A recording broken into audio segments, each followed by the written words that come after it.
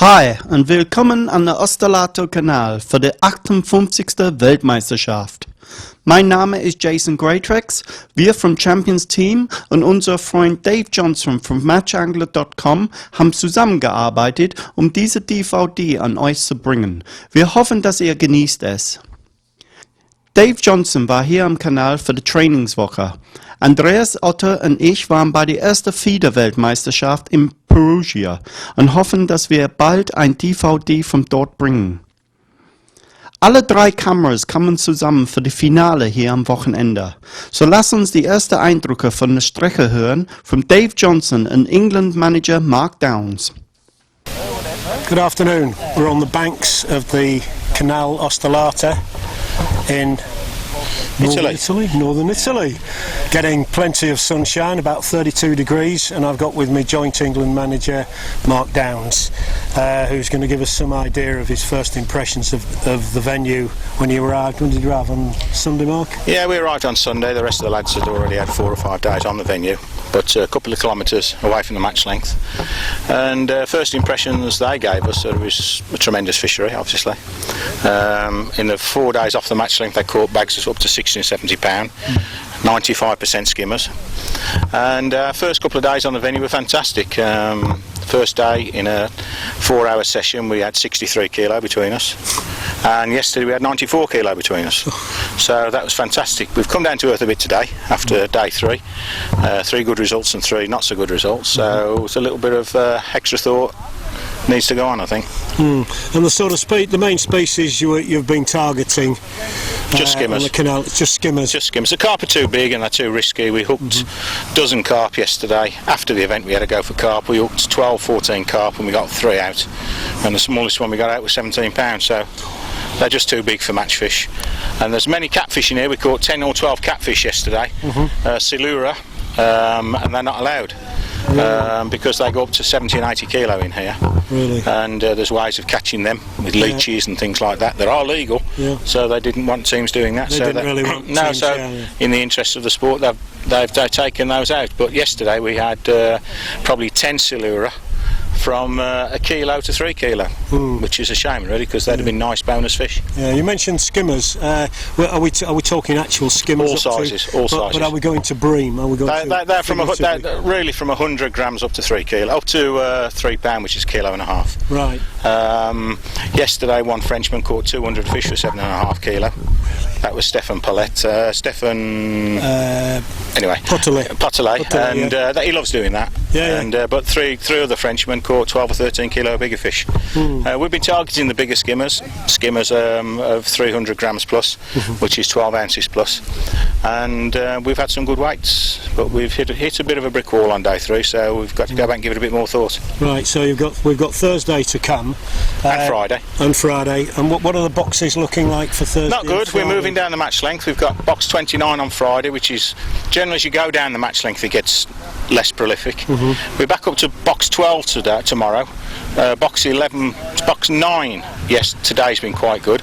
So it's a reasonable area, I think, tomorrow. And then I think we'll have a tough day on the last day on box 29. But it's not about what you catch, it's what you catch with regard to people around you in your section. So there'll be 18 anglers per section, 2 sections per zone. And hopefully all those 18 pegs in every zone will be relatively even. Yeah, and the bream and the skimmers and bream that you're catching, these are at the full distance, 13 metres. Full 13, yeah. And, with obviously maggots and bloodworm. It's 90% bloodworm fishing. 90% bloodworm fishing. Yeah, it's a risk putting too many maggots in, because you might bring carp into your peg, you might bring catfish into your peg. You bring those into your peg and you can destroy your skimmer fishing. Yeah. You hook a carp, you lose a carp, you lose half hours fishing. Yeah. You want to really avoid bringing them in. Do you think though, with these carp though, I mean they're talking about taking the catfish out of contention, but do you think there are going to be some teams who are going to look and say, oh well, no catfish here, maybe we shall try for one of the but I think you possibly. Isn't that the same principle? Yeah, you will get that. You might get 1 or 2 teams that target carp, but in my opinion I don't think you can do any damage with it. You've got to catch 2 carp each to do any damage in a section. And if you get 1 out you're very lucky, because they're big fish. We hooked them up to 30 pound yesterday and with no chance. They're wild, big, common carp. they can, I mean, a little bit like Merida, I suppose, but bigger. Oh, huge fish. We've seen some cruising on the top here that are 40, 50 pound. Really? So you'll have all the blokes from England coming out now targeting the... Well, it is carp fished on a regular basis all down here. So, I mean, the danger, of course, with these carp is if there are teams who start fishing for them within a section, they could have an adverse effect on a team who's really going for skimmers and start to push them, I don't think so. I don't think so. I think once you've targeted your target weight at 7 kilo, 8 kilo, somebody's going to catch 2 carp or land 2 carp to beat you. So that's there will be an odd carp per section, or in 36 pegs that will make a point or 2 points difference, but I think they're too big to target. Okay. Might be wrong, but that's what I think at the moment. So, I mean, really, what the assessment seems to be at the moment is maybe 7-8 kilos is a good team target weight. Section to section. If you draw section A, the top 18 pegs zone, I think you've got to catch 15 kilo. Really? And then the second section, you've probably got to catch 12 kilo. This section down here, you might have to catch 10. And you get down to the bottom section. In each section, the first 18 pegs, I would imagine 6 or 7 kilo would be a good weight there. Yeah. And is this a continuous stretch? I noticed there was a gap. There's one or two gaps in the match length. There's a 100-yard gap further up here where there's a bit of a zoo behind us, and then there's about a 500-yard gap further down. So. Okay, so really it's all to play for at the moment. Of course, you can see William there doing his act for everybody. Cheers, Will. Okay, Mark, thanks. All I'll say about William, you can tell he's won the section today. He wouldn't be like that if he hadn't won the section. Oh, I see, that's why he's won the section, has he? Okay, thanks very much, Mark, and we'll speak to you later. Cheers, mate. Cheers, mate. And good luck to everybody. Okay, cheers. This was Tuesday's weight. Yeah. Hey? Thank you. Sorry. Not too much pepper on Stevie's tomatoes. Monday's weight. It's the revised Wednesday card. This week's. Good afternoon. We're now joined by Will Raisin of Team Drennan Team England, and I gather, Will, you had quite a good introduction to the canal when you came down for a pre-practice session last week. Certainly on the Friday you had... Yeah, I mean, we all caught loads of fish. I mean, one day Des caught over £100. Sean did on the Friday.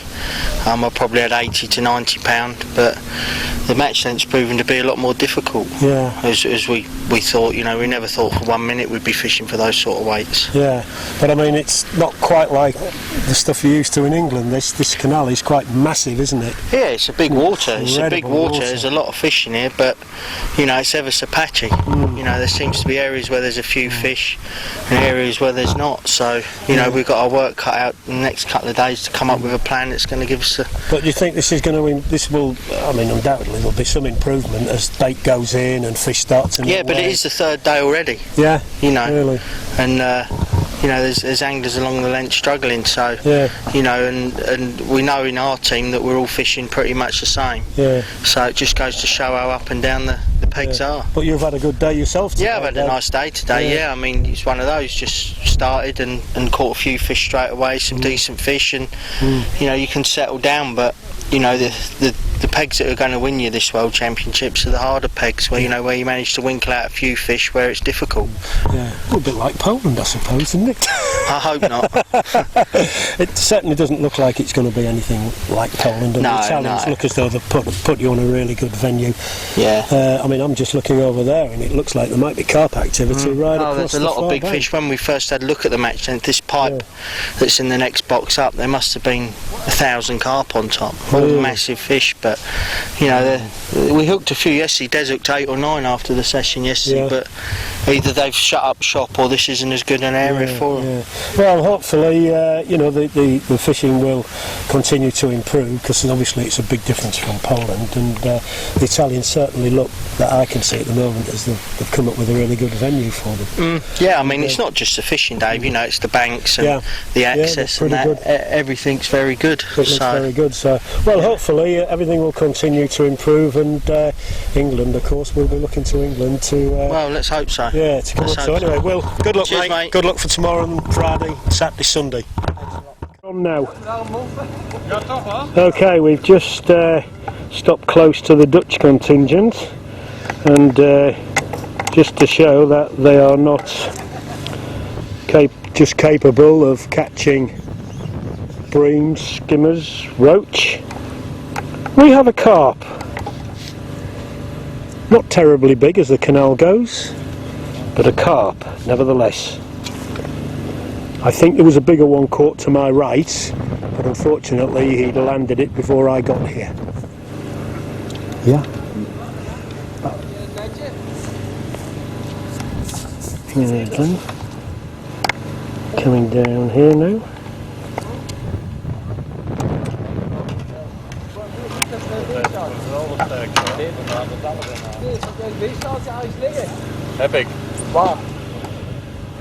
We have a carp coming up behind us, which we are going to show now. We're going to put it in front. Dieter is going to put it in front of me. Come on, Dieter. Oh, he's just going to weigh it. I'm quickly going to turn around. Oh no, we're getting this one here first. There we go. It's coming in. Okay, hang on, Dieter. Can you come round, Dieter? There we go.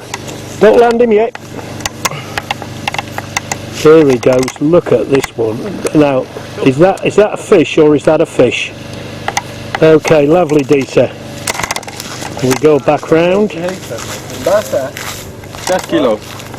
How many? 6 kilo. 6 kilo. Okay. You can now land. Dieter, get out of the shot.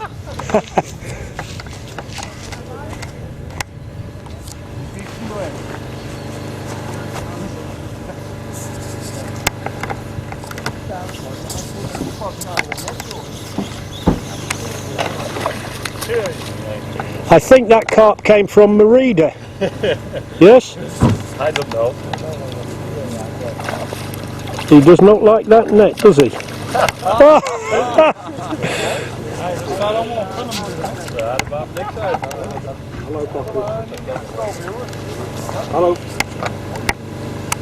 Hello. See if he jumps out again. Oh, we've got him. Well done. Hey.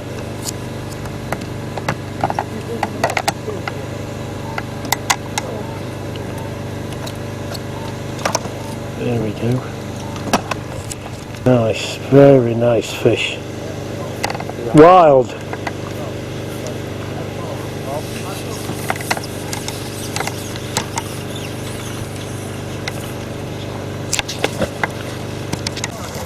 Seven kilos? Huh? 764. 764. Isn't that nice one, Dave?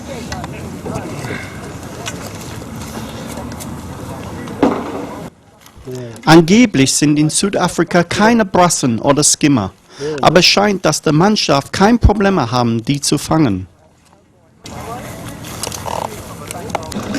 716.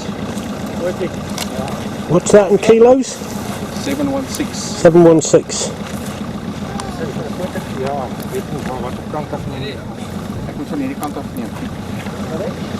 There you go.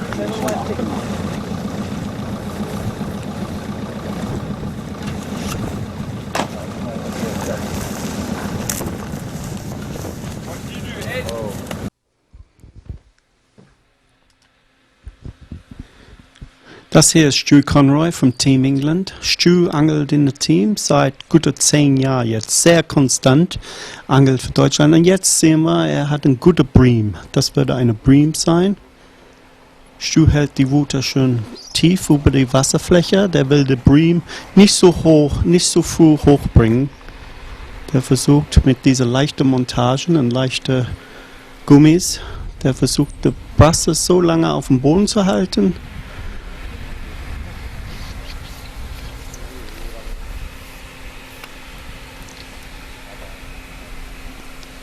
Ganz Vorsicht.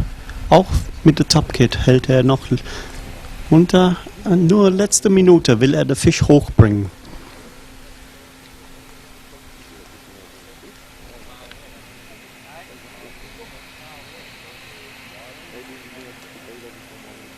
Und das ist ein guter Bream. Das sind die Bream, das die Mannschaften brauchen, hier gut klarzukommen. Und das sieht man direkt unter den Füßen, wird er keschern. Und ab im Netz, und da sehen wir eine schöne Brasse.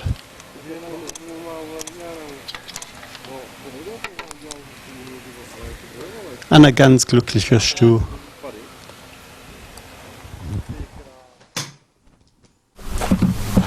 There you go, there we go.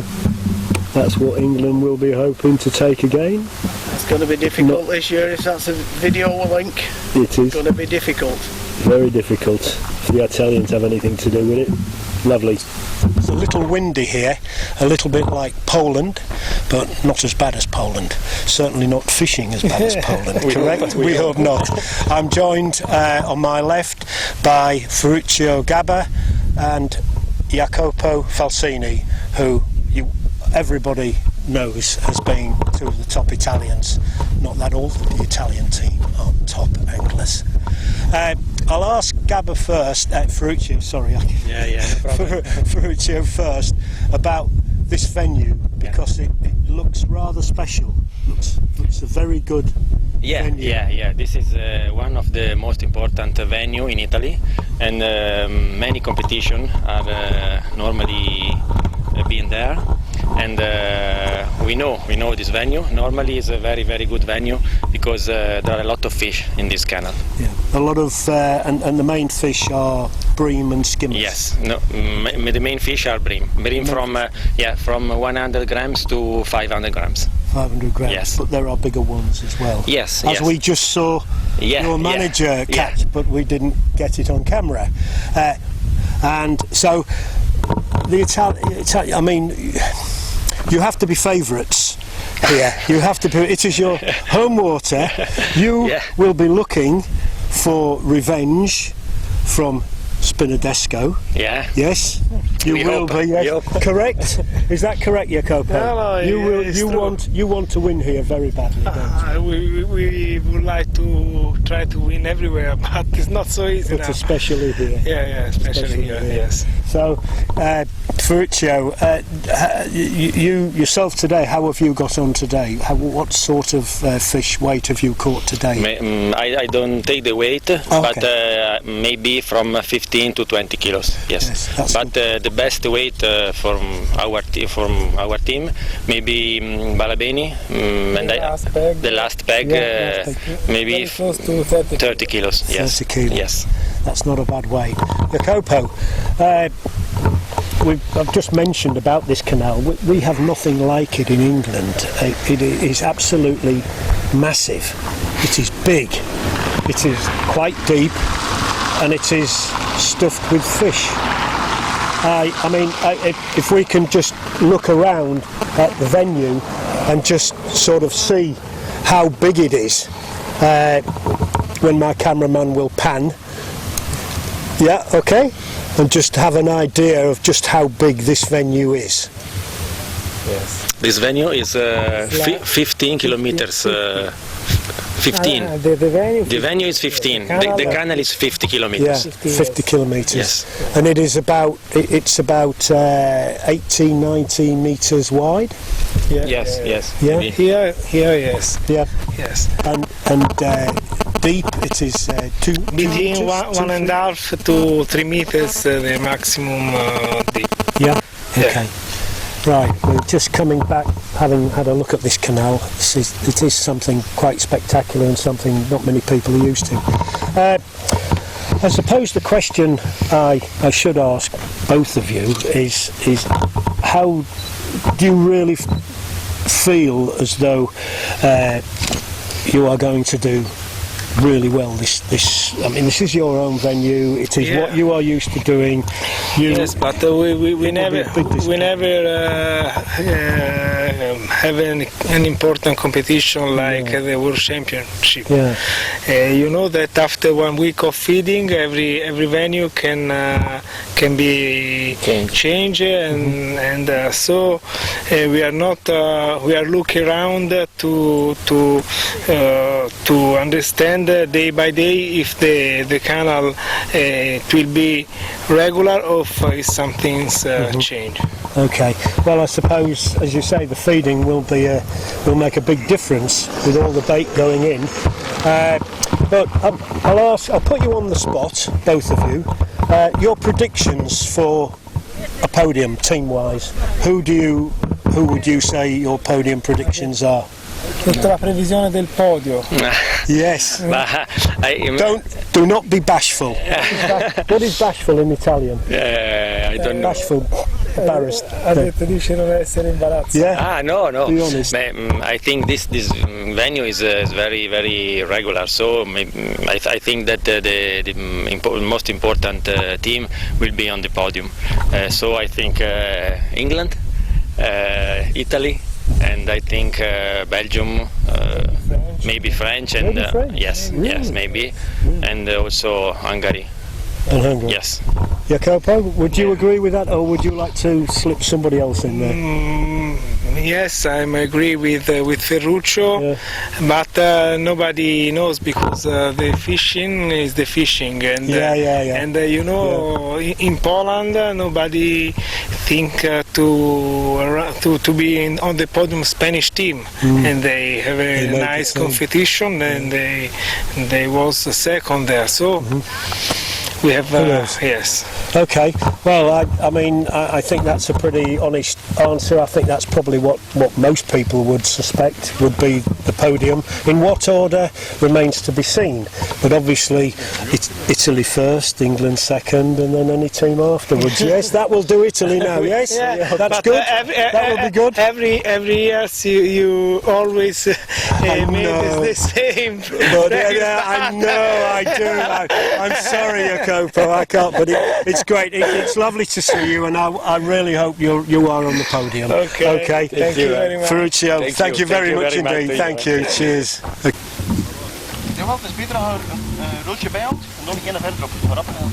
Hier diskutieren die Belgier über Taktik und Montagen werden wir gleich von den Belgiern nahe kennenlernen. Okay, we're at the World Senior Championship. I take the t-shirt. Oh yes, Guido, would you like to explain how your rigs are set up? Yes, today it's calm, there's no stream, and I fished with my hook just on the bottom. Normally we fish with the last lead on the bottom, but here it's not necessary, there's no stream. Then I fish just on the bottom with the bloodworms. I fish only bloodworms. I try maggots, but the last hour it's maybe possible to take a big fish, but I don't do it.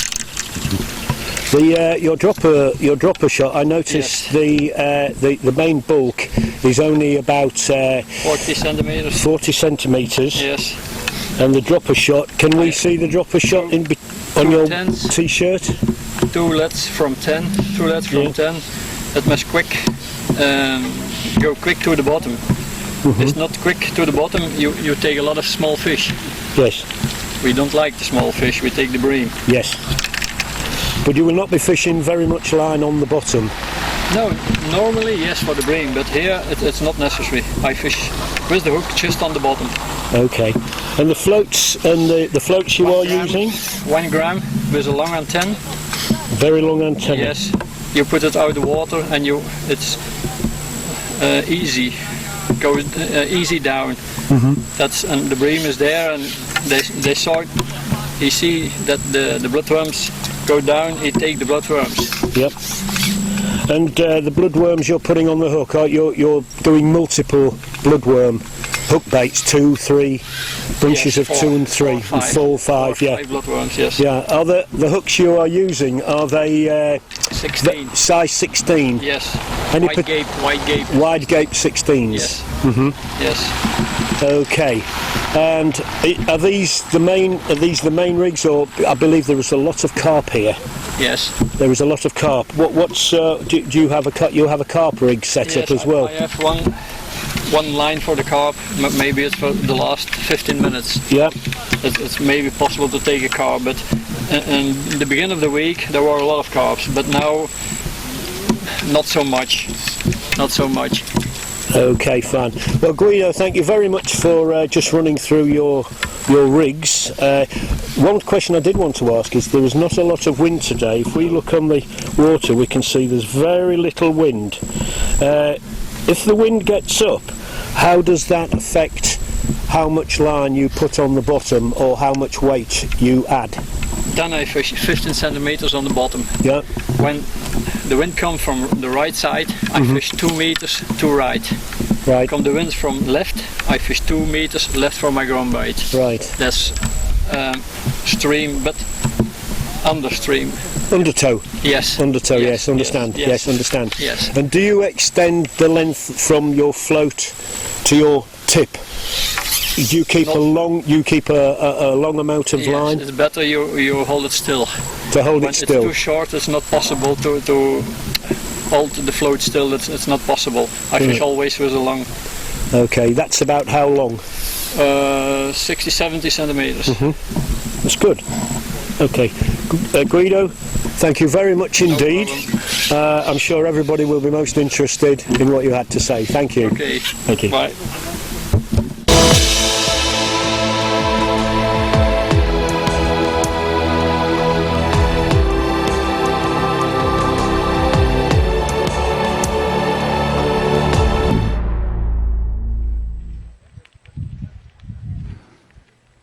Danke, Dave. So, endlich Tag 1 von der Wettkampf und die Profis mit den richtigen Mikrofonen sind angekommen.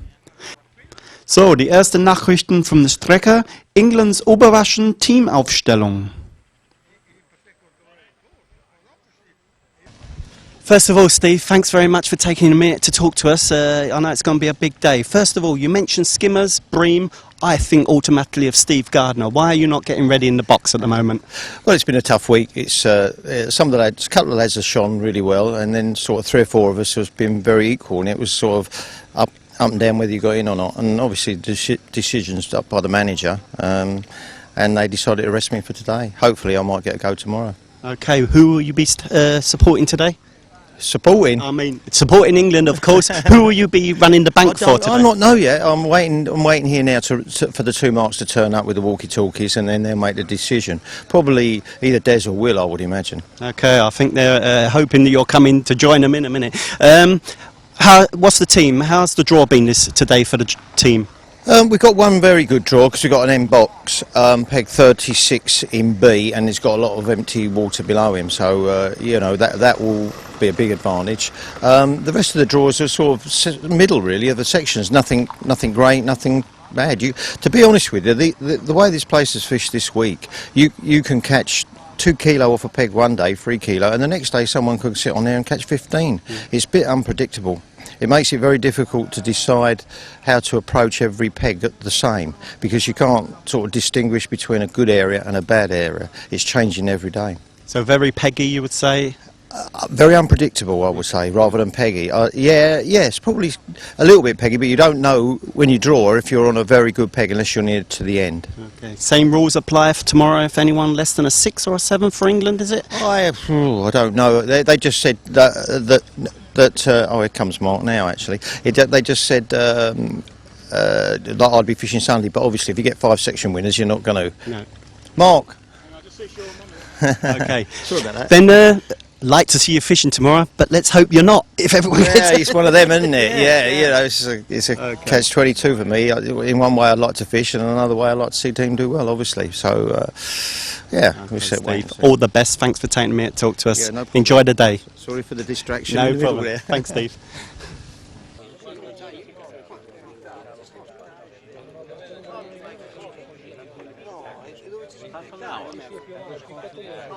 Will Raisin macht sich sein Futter fertig.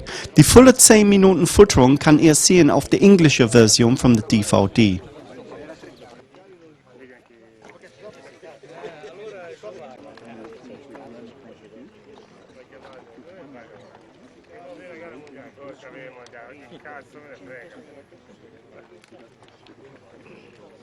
Wettkampftag 1 heute. Ja.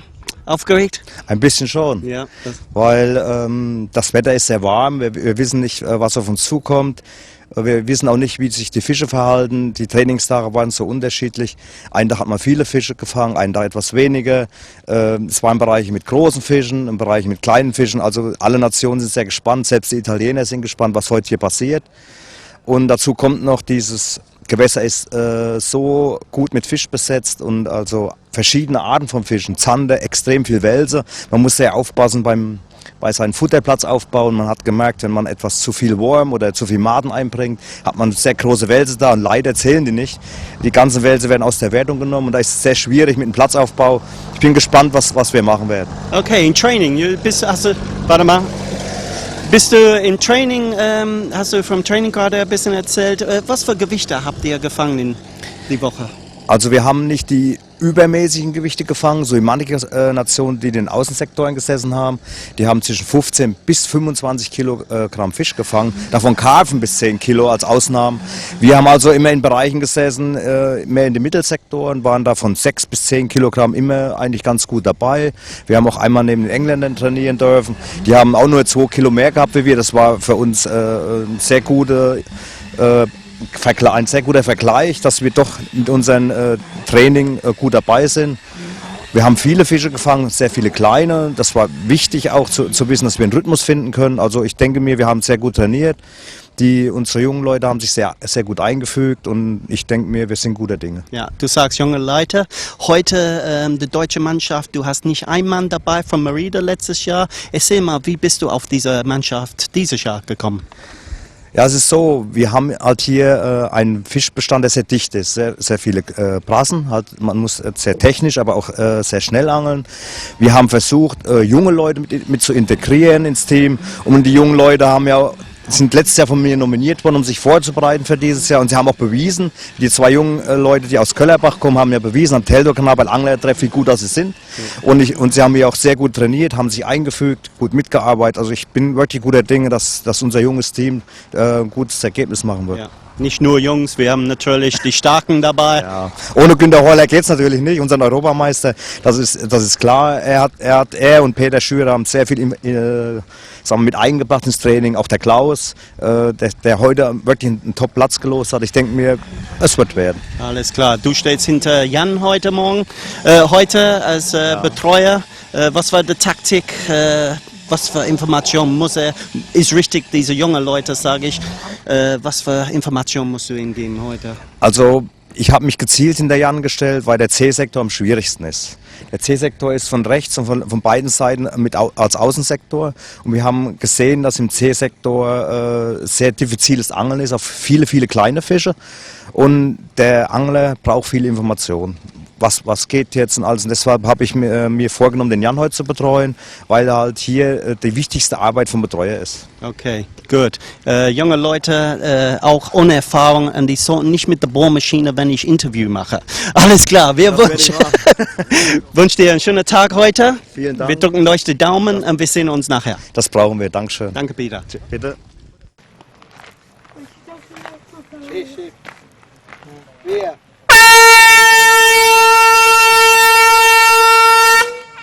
Zweites Signal, neu für diese Meisterschaft.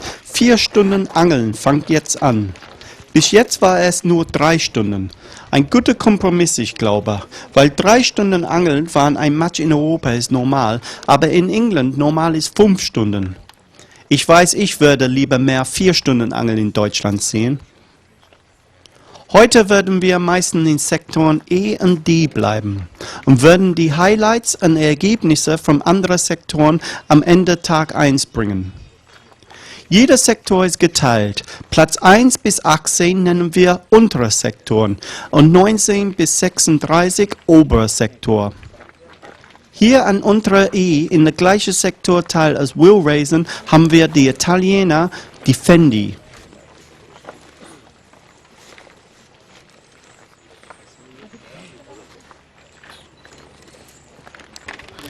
Wir finden uns wieder bei Wheel Racing und gucken über die Schulter. Zack, reingehakt in eine gute Fisch. Wieder guter Tief, ganz vorsichtig mit dieser leichten Montagen. Und wir kennen alle Will, der kann bestimmt 10 Kilo Karpfen schneller fangen als diese Brassen. Aber mit leichten Montagen angesagt und leichter Gummis, da muss Will ganz vorsichtig.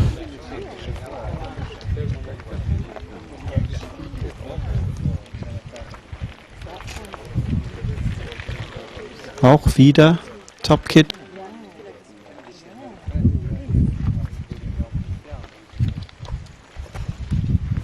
Und wieder Top Kit ganz flach halten. Und letzte Minute der Fisch oben an die Oberfläche, unter die Füße keschern.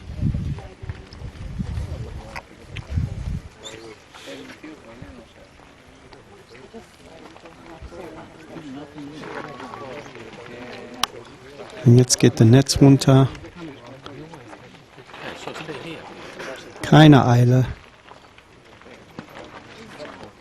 Das sind die Bonusfische, was hier man wirklich nach vorne kommt mit.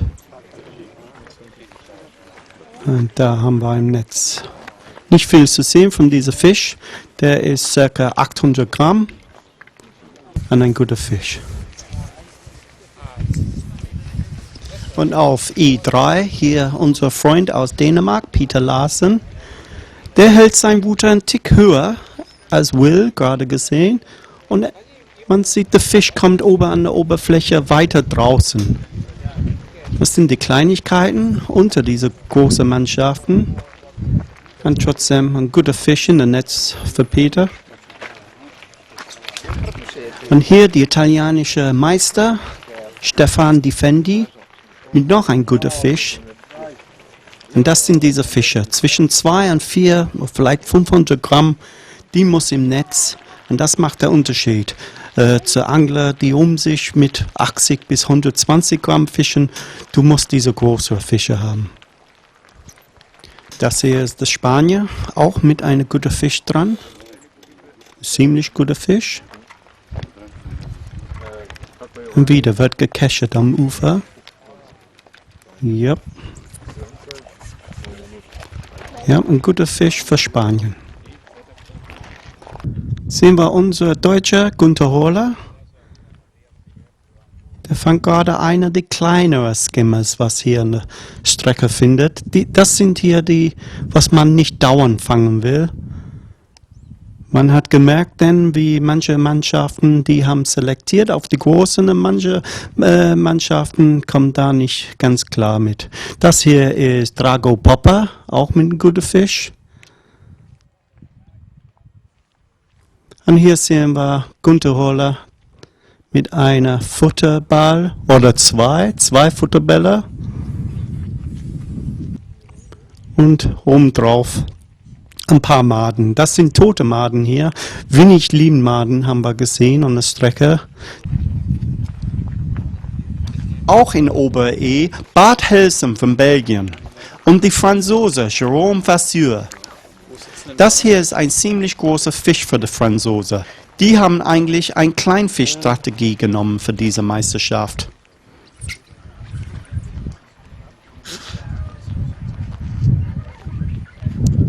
Noch ein guter Fisch für die Rumänien. Glückwunsch, so mögen die Presse ihr Angler. Und für Russland Sergei Fedorov. Auch er fang gut in der ersten Stunde.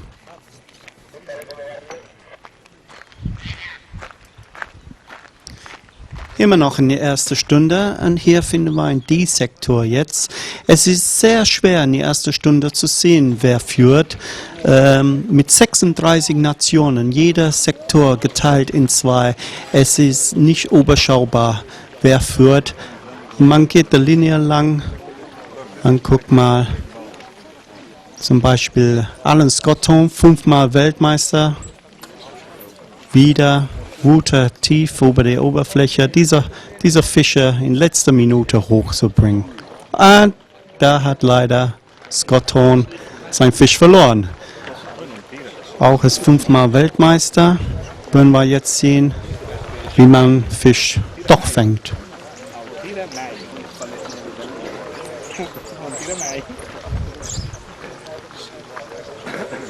Alan lässt sich gar nichts aus der Ruhe bringen. Der ist schon oft mal bei Weltmeisterschaft und hat die Ruhe. Ein verlorener Fisch bringt ihm nicht aus dem Tempo und da noch ein schöner Brasse für Alan Scotton.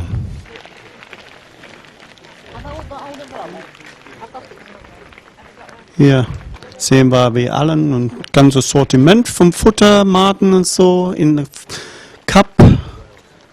Und hier, das wird die kurze Bahn sein. Ja, England haben hier die kurze Bahn sehr oft zwischendurch gefuttert. Und auf den nächsten Platz von Alan, der Schotter, Brian Clark. Die Schotter sieht man auch oft oben an der Ergebnisliste der letzten Jahre. Und auch ein schöner Fisch für Schottland. Und wieder ein guter Brasse für Alan Scotthorn.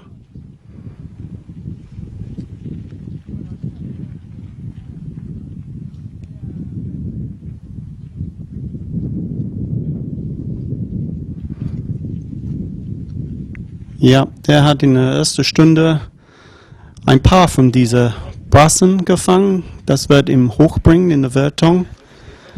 Und unter die Augen von Mark Downs, der England Manager. Der wird ganz zufrieden mit Allens leisten.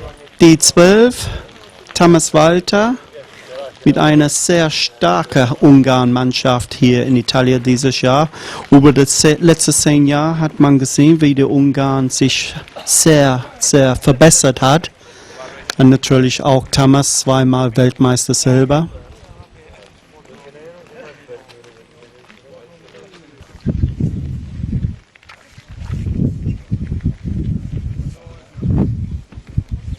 Auf die 2 an der Franzose Pierre-Louis Renault mit einer guten Fisch und auch in der Nähe ein bekannter Franzose. Der hier nicht, der hier meine ich. It's just into the first hour of the first day and we're joined by Jean Disquet from France. Jean, what are your first impressions of this venue? Oh, the venue is fantastic. The starting is very good. We see a lot of people is catching bream. Well, the size I think today is very important. I think big weight today is very, very good. I see the Italian is starting very, very well with big fish. The French is doing not too bad, but we need to expect a minimum 1.5 hours for understand what happened. Okay, how do you fancy France's chances here? Where will they finish? We hope to make a podium, but it's not so easy because our draw today is not the best. But maybe we have a good chance too. This type of fishing is existing in France, fishing for bream, and I hope we have a good chance to a good result. Okay, is this the same team that was that won the Europeans this year? It's just changing two men, but we have a good team of youngs, and I think we have a good chance. Okay, thanks very much for the quick word, John. Enjoy the day today. Thank you. Thank you. Thank you. Da hinten sehen wir Will Raisin mit noch ein guter Fisch dran. Und auch erste Reihe für die Kroatien.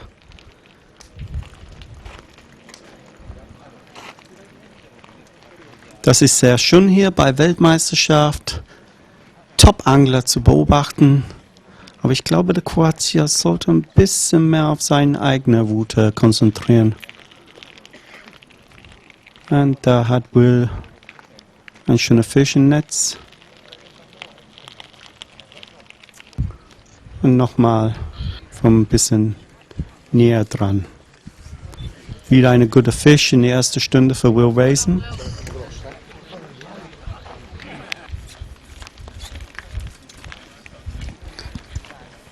Hier ist die Fendi wieder. Ich glaube nicht, dass das eine Brasse ist. Moment mal. Nee. Ich glaube, die Fendi hat eine Karpfen dran. Ja, das sind Karpfen hier. Über 10 Kilo. Über 10 Kilo schwer. Aber mit leichten Montagen sehr schwer rauszukriegen. Ich möchte jemanden sehen, die eine Karpfen rauskriegen heute.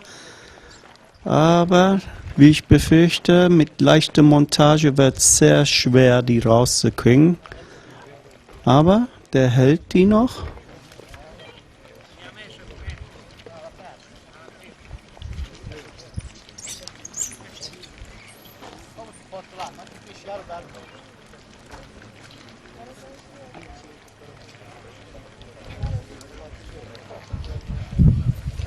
Ja, schade. Ja, wie gesagt, sehr schwer die Karpfen hier rauszukriegen. Aber das sieht ganz anders aus. Das ist der Südafrikaner Jaco Godwin an E5. Und wie man sieht, der hat auch einen Karpfen dran. Und wie man auch sieht, der hat starke Gummis drin. Und ich denke auch die passende Montagen für die Karpfen hier. Jaco hat das Problem hier, der muss die Fische weg von seinem Nachbar halten. Wenn diese Fische in der Schnur von den Nachbarn schwimmen, wird dieser Fisch nicht erlaubt. Jaco darf die ganze Box benutzen, um den Fisch in seiner Platz zu halten.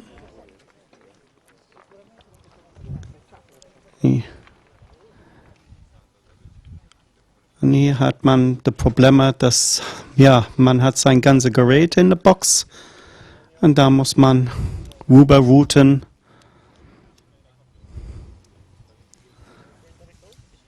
Und er gibt ein bisschen Gas hier. Er benutzt auch ein Pulllebank-System, was wir auch letztes Jahr oft gesehen, aber hier selten. Aber die Südafrikaner haben 1 oder 2 Montagen aufgebaut. Und zum Glück auf so eine Montage hat er diese Karpfen. Ich denke, das ist weit über 10 Kilo groß, diese Karpfen. Aber Jaco gibt aber richtig Gas hier.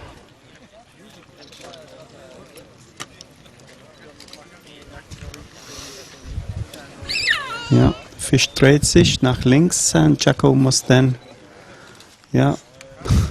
alles aus dem Weg. Und natürlich auch das Netz in der Nähe haben.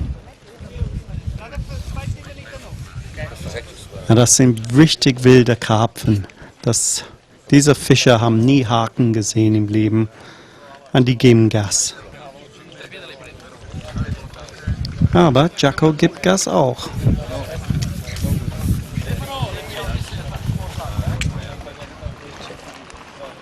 Jetzt gibt er ein bisschen mehr Druck. Ein bisschen Gummi.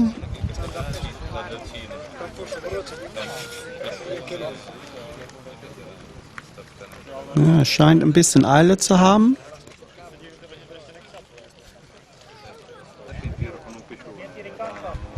Aber die Südafrikaner haben gezeigt im Training, dass die... Oh, und da haben wir Topkit durchgebrochen. Ist der Fisch noch... Ne, Fisch ist auch weg. Ja, viel zu viel Druck. Aber wenn jemand einen Karpfen rausgekriegt hat, hatte ich getippt auf die Südafrikaner. So, wir befinden uns auf E33 mit Gunther Hohler, 1 Stunde gelaufen. Ich bin mit Gunthers Betreuer Vincenzo. Erstmal die Los. Bist du zufrieden mit der Los heute? Ja, mit der Lose sind wir sehr zufrieden, weil die Sektoren werden immer geteilt. Das heißt, es sind 36 Angler insgesamt in dem E-Sektor und wird geteilt durch 2, also 18. Wo der Günther sitzt, ist eine sehr gut, weil kein Italiener drin ist, kein Engländer drin ist und kein Ungar. Nee, ein Ungar, eine Belgier und der Holländer ist auch ein anderer Sektor. Also das heißt, theoretisch hat er eine gute Los gezogen. Gute Los, nutzt Gunther das aus? Wie sieht es aus, die erste Stunde? Ja, also wir haben sehr gut angefangen, wir haben schöne Fische dran gehabt. Günther hatte leider ein paar Fische verloren und die große hat abgehängt und jetzt fangen wir nur kleine, aber ich sehe, dass der Belgier zum Beispiel sehr große Fisch gefangen hat, also wir liegen momentan nicht sehr gut, schätze ich mal. Aber das hat er nicht zu sagen, weil das geht über 4 Stunden und wir haben auf die längere Zeit gesetzt. Okay, dein Job, Betreuer, was für Informationen braucht Gunther um diese Zeit? Ja gut, das ist immer übliche Information. Man muss ja wissen, wie die anderen fangen, wo er da steht, welche Köder eventuell umstellen muss, tief und so weiter und so fort. Und was normales Geschäft, sag ich mal. Okay, dann stören wir nicht weiter. Mach weiter so und vielleicht kommen wir nachher nochmal. Ja, danke. Danke auch. So, da haben wir. Gunther fängt jetzt kleine Fische, hat ein paar gute Fische verloren. Das ist nicht der Weg vorwärts. Hier sehen wir Gunther mit einem besseren Fisch. Ja, und das war die Geheimnis dieser Wochenende, diese großen Fische zu selektieren, den Weg zu finden, die großen Fische zu landen.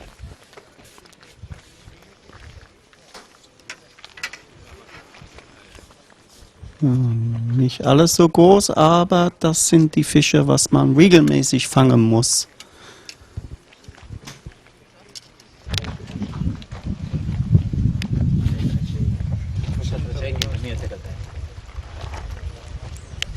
E19, Mirko from Serbia. Sein Nachname versuche ich gar nichts auszusprechen. Tut mir leid.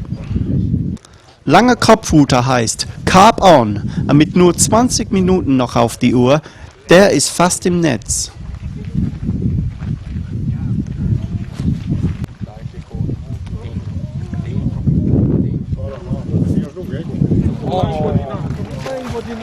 Upsala, ich hoffe, wir bringen nicht Pech für diese Angler mit Karpfen drauf.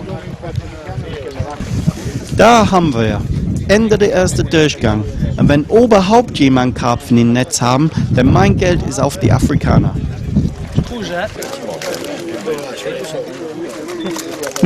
Ich sehe keine Karpfen hier, aber ein paar schöne Brassen. Und 10,43 Kilo würden ein Top-Gewicht in diesem Sektor.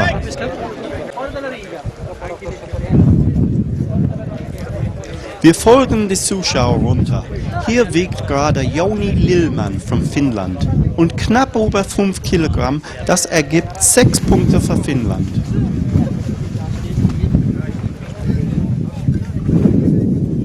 Milandri? No,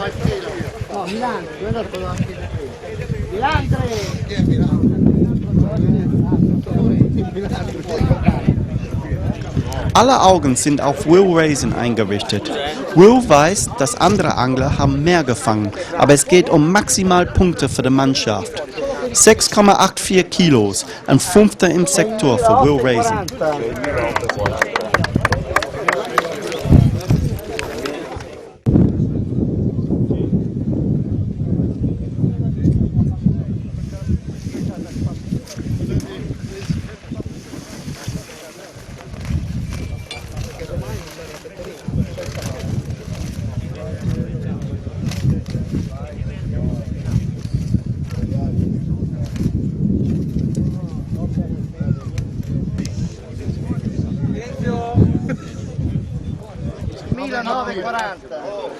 Via, portate pazienza.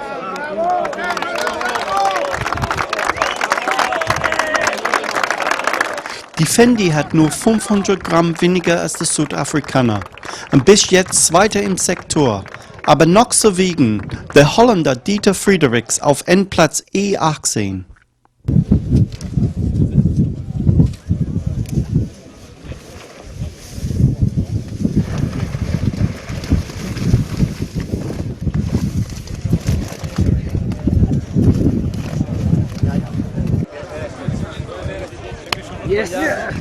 Ein großer Yes an über 12 Kilogramm für Dieter und 1 Punkt für Holland.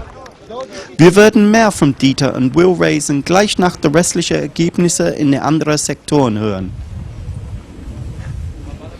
Wir befinden uns im C-Sektor und bevor wir mit den Ergebnissen anfangen, ich möchte den Zuschauern kurz sagen, was unsere anderen Reporters machen, während ich laufen wie ein Bekloppter rum. Das hier ist unser zweiter Kameramann, Andreas. Es scheint, er hat die Kamera vergessen auszumachen. Und dort ist der Imbisswagen. Ein schneller Blick, Luft ist rein. Aber ich habe viele Freunde hier an der Strecke und später ein Foto ist in meine Hände gefallen. Da steht Kameramann 2. Aber noch schlimmer, Kameramann 3 ist auch in der Schlange. Gibt's doch nicht. Kein Wunder, ich bin Nummer 1. So, jetzt ernst sein wieder. Jan Volz von Deutschland hatte einen guten Tag gehabt, bis am Ende das ist.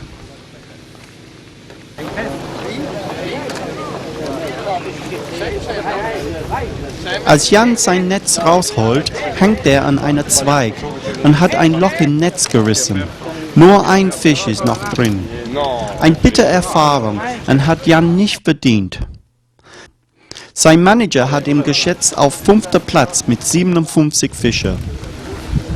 Ich glaube, das würde nie im Leben wieder passieren. Und ich glaube nicht, dass wir die letzte von diesem Jungen gesehen haben. C24, wieder Finnland, mit 5420 Gramm und 3 Punkte.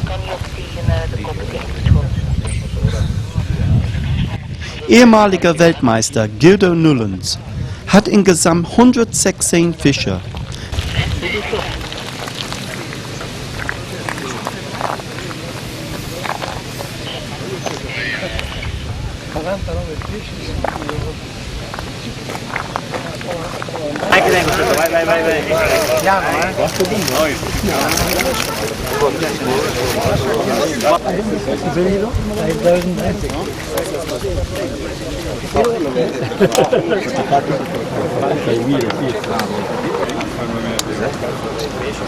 Dans ce temps-là, ils aiment bien les poissons, ça. 2,3 en 2,4 là. Ja. Heb je het gehoord? 2,3? Nee. 5 kilo en half, dat hangt er rond. 5 kilo Nach einer langen Warten am Waage, Guido war mit zufrieden mit 5,5 Kilo genau und 2 Punkte für Belgien. Balbini, der Italiener, hat nur 54 Fische, weniger als die Hälfte von Guido.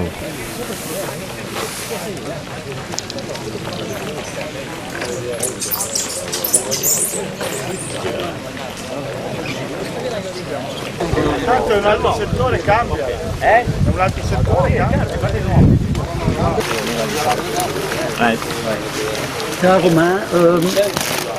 Aber würden die mehr wiegen? Jo, fast 2,5 Kilo mehr. Und nach Gabba der zweite Sektorensieg für Italien. Unterseesektor, eine Chance auf unsere erste Karpfen auf Kamera Auszeichnungen.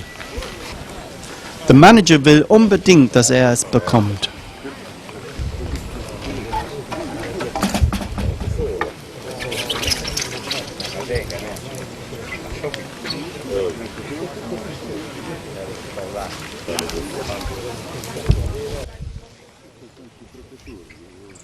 Ein schneller Fang zwischendurch für die Angler aus Polen auf C6. Na gut, ich versuche seinen Namen. Marcin Stanch.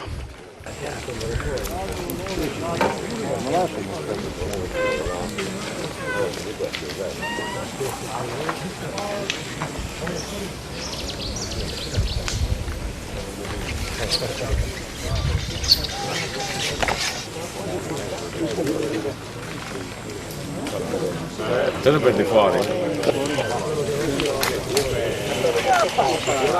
Bravo. Bravo Martinez.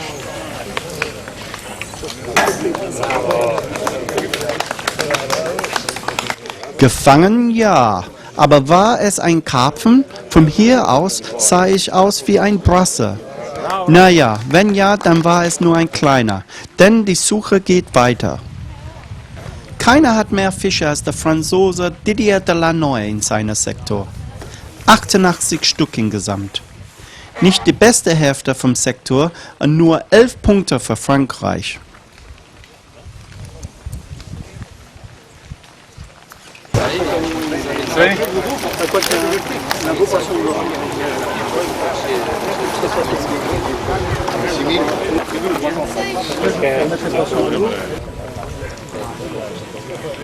Auch am falschen Ende Sean Ashby unter der Aufsicht von Manager Mark Downs. Pesce importante. Die besten Gewichte kommen von den unteren Plätzen, aber mit fast 7 Kilo mehr als beide Nachbarn, Sean schafft 6 Punkte für England.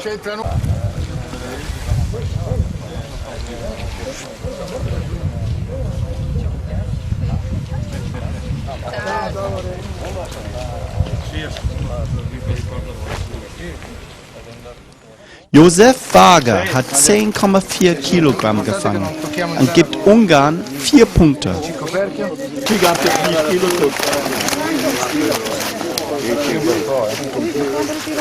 Dieser Gewicht von 12.970 Gramm geht an die Czech Republic.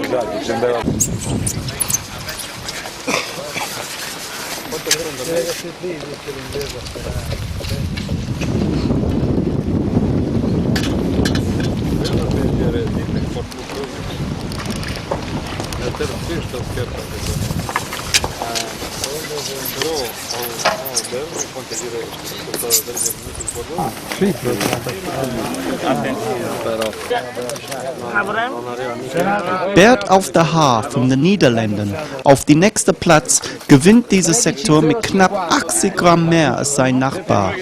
Noch ein Sektorgewinn für Holland. Dave Johnson hat Sektoren A und B im Griff. Wir haben vielleicht nicht das Budget vom Sky Fernsehen, aber Dave dürfte mit Sky Reporter Andy Ford hinten auf sein Elektroauto fahren. Roy, if I go off, I'm going to go tits up, you know that. It's the American's first fish. This is amazing. Must do there, but... Please show me the first fish. Zuschauer haben eine gute Sammlung hier. England, Italien, Holland und die Ungarn, alles saßen innerhalb von 8 Plätzen. Hier für England das Schiff, 4 Plätze weiter von Jacopo Falsini.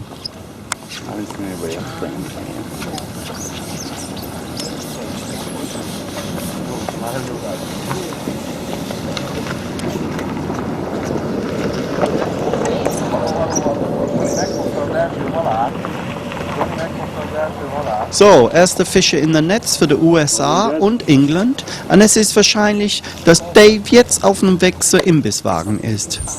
Nur ein Scherz, Dave. Du machst die besten Bilder.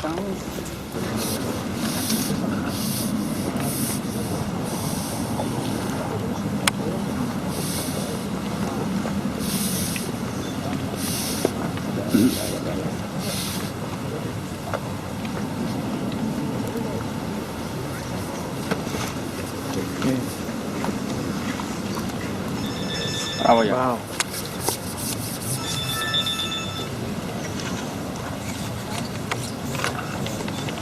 Falsini endet den Tag in 3. Platz mit 12.230 Gramm. Siljard Magnur mit knapp über 1 Kilo mehr als Jacopo und 2 Punkte für Ungarn. Und noch ein Sektorensieg, Hollands Joe Adriano mit 13.890 Gramm vom Platz 24. Stu Conroy hat ein fantastisches Gewicht auf Endplatz B36. Aber 2 Plätze runter auf B34, Andrea Fini, mit Beweis, dass die Italiener haben was Besonderes über alle Mannschaften hier am Ostellato Canal. 20 Kilogramm, 130 Gramm für Andrea, 2. Platz für Stu Conroy. Van der Hever von Südafrika hat doch ein paar Karpfen gefangen und damit ein Sektorensieg mit über 13 Kilogramm. Zweiter in unter B-Sektor Sean Rankin von the Channel Islands. Peter Schurer von Deutschland, 4. in Sektor. We're now joined by Dieter Friedrichs from Holland. Dieter had a section win today. Tell me how your win went. Yeah, today was a great day. The first 2 hours was terribly good. Yeah. I catch a lot of skimmers and a bream, and I catch 12.1 kilo, and it was enough for the second win. Okay. For the winning of the section here. It wasn't an easy section. We had Will Raisin in the section, we had the Italian defending in the section, and they are sitting on the outside really, and you're in the middle here, so a good win. Tactics, did your tactics work, what you've been using in training? Yeah, we have the whole week, it was terrible. It is not the same like fishing we use in Holland. Yeah. The fish here is not normally. It come with Welsh and carp on the pack, yeah. and but we find the tactic to catch the bream, but only leam. We feed with leam and only ground bite. Okay. Section win, that's a 1 for Holland. Have you heard how the rest of the team have done? Yeah, I think we have 3 section winner and 1 guy with 7, but the last guy I don't know. But Okay. but I think we well done today. Okay, we're hearing the Italians did very well, the Holland did well, England did okay, so we wish you all the luck. Yeah, thank. Okay. Tomorrow is another day. I hope. Another day. We're coming to have a look at you tomorrow. Okay, thank you. thanks Thank very you. much. Okay. Thank you. End of day 1, I'm joined by Will Raisin. Will, section 5th today? Yeah, 5th today. caught 4 catfish that I had to put back, but quite pleased with 5th. Yeah. Just a little bit annoyed that 1 or 2 of those catfish I managed to hook in close late on weren't decent sized bream. That would have pushed me right up the section, but 5th is okay, and more importantly I think we're up there as a team. Yeah. So. Do you know more about how the rest of the team have done? I think Alan's 1st or 2nd and Des is 5th, and I'm not sure. I think Stuart's won his. I'm not sure about Sean. Okay. What was the tactic today? Did it work out how you planned it to go? Yeah, I mean, to be honest, we've caught quite a few fish in the week, but you know the tactics weren't hard and fast. You know, we haven't managed to work it out exactly, but I think we've learnt a fair bit today. So hopefully tomorrow we'll be even stronger. Yeah, I hope so as well. As I said, it sounds like you did well. The Dutch have done well. The Italians have done well. Yeah, so it's still going to be a big day tomorrow. Yeah, definitely. Yeah. But you know. There's a lot of fish here, so you know if we get it right, you know I think we can still win. Okay, good luck for tomorrow, Will. Thanks very much. Thank you. So, Ende Tag 1, lass uns gucken, wie die Mannschaften stehen. Italien fährt mit einer Wahnsinn 9 Punkte, 3 Sektorensiege und 2-mal Dritte im Sektoren. Das ist ein absolut Spitzenergebnis. Aber fast so unglaublich, Holland mit 4 Sektorensieg und einer 7.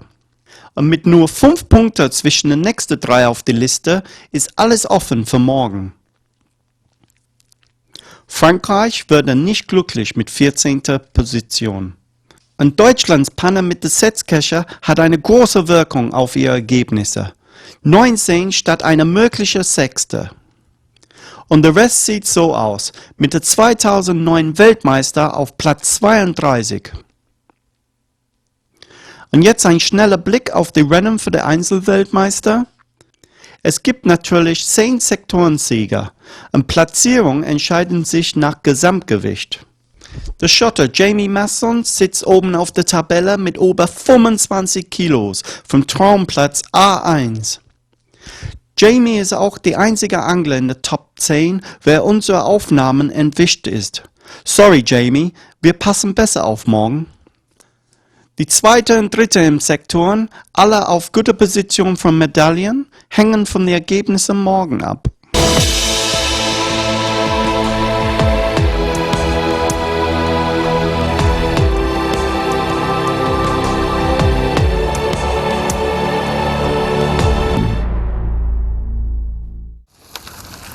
So, wir befinden uns hier am Anfang vom 2. Durchgang. Leider habe ich die A18 gelost, genau die falsche Seite vom Sektor. Da gingen die letzten Platzierungen raus. Trotz alledem bin ich guter Dinge, dass ich eventuell noch mit einem Glücksfisch in Form von 1, 2 Karpfen noch irgendwie das Ergebnis einstellig gestalten kann. Wir haben uns mit der Futtertaktik zu folgendem entschlossen. Hier im Sektor fische ich eine pure Futtermischung ohne Erde, weil hier am Ende 25 Kilo kamen gestern.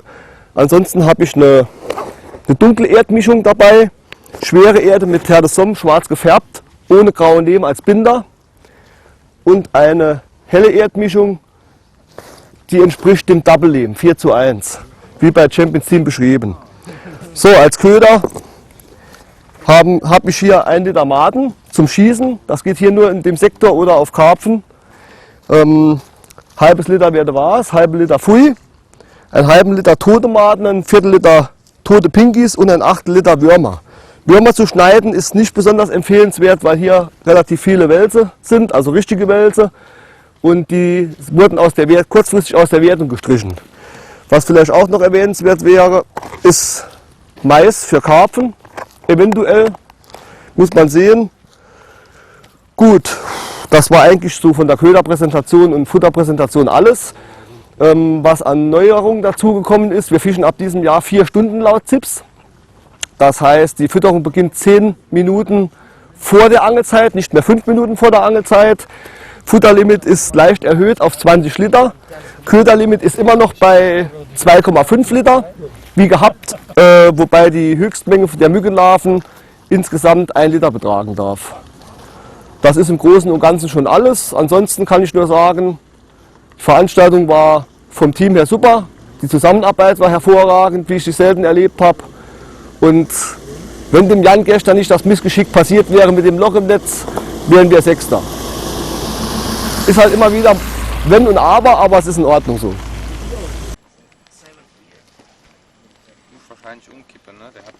Macht ja nichts.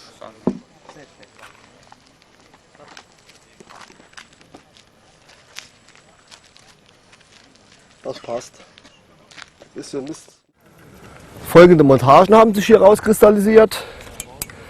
Einmal eine Pose mit Stahlantenne, die an einem Stück schwarz markiert ist. Das sieht man hier beim Wasser besser.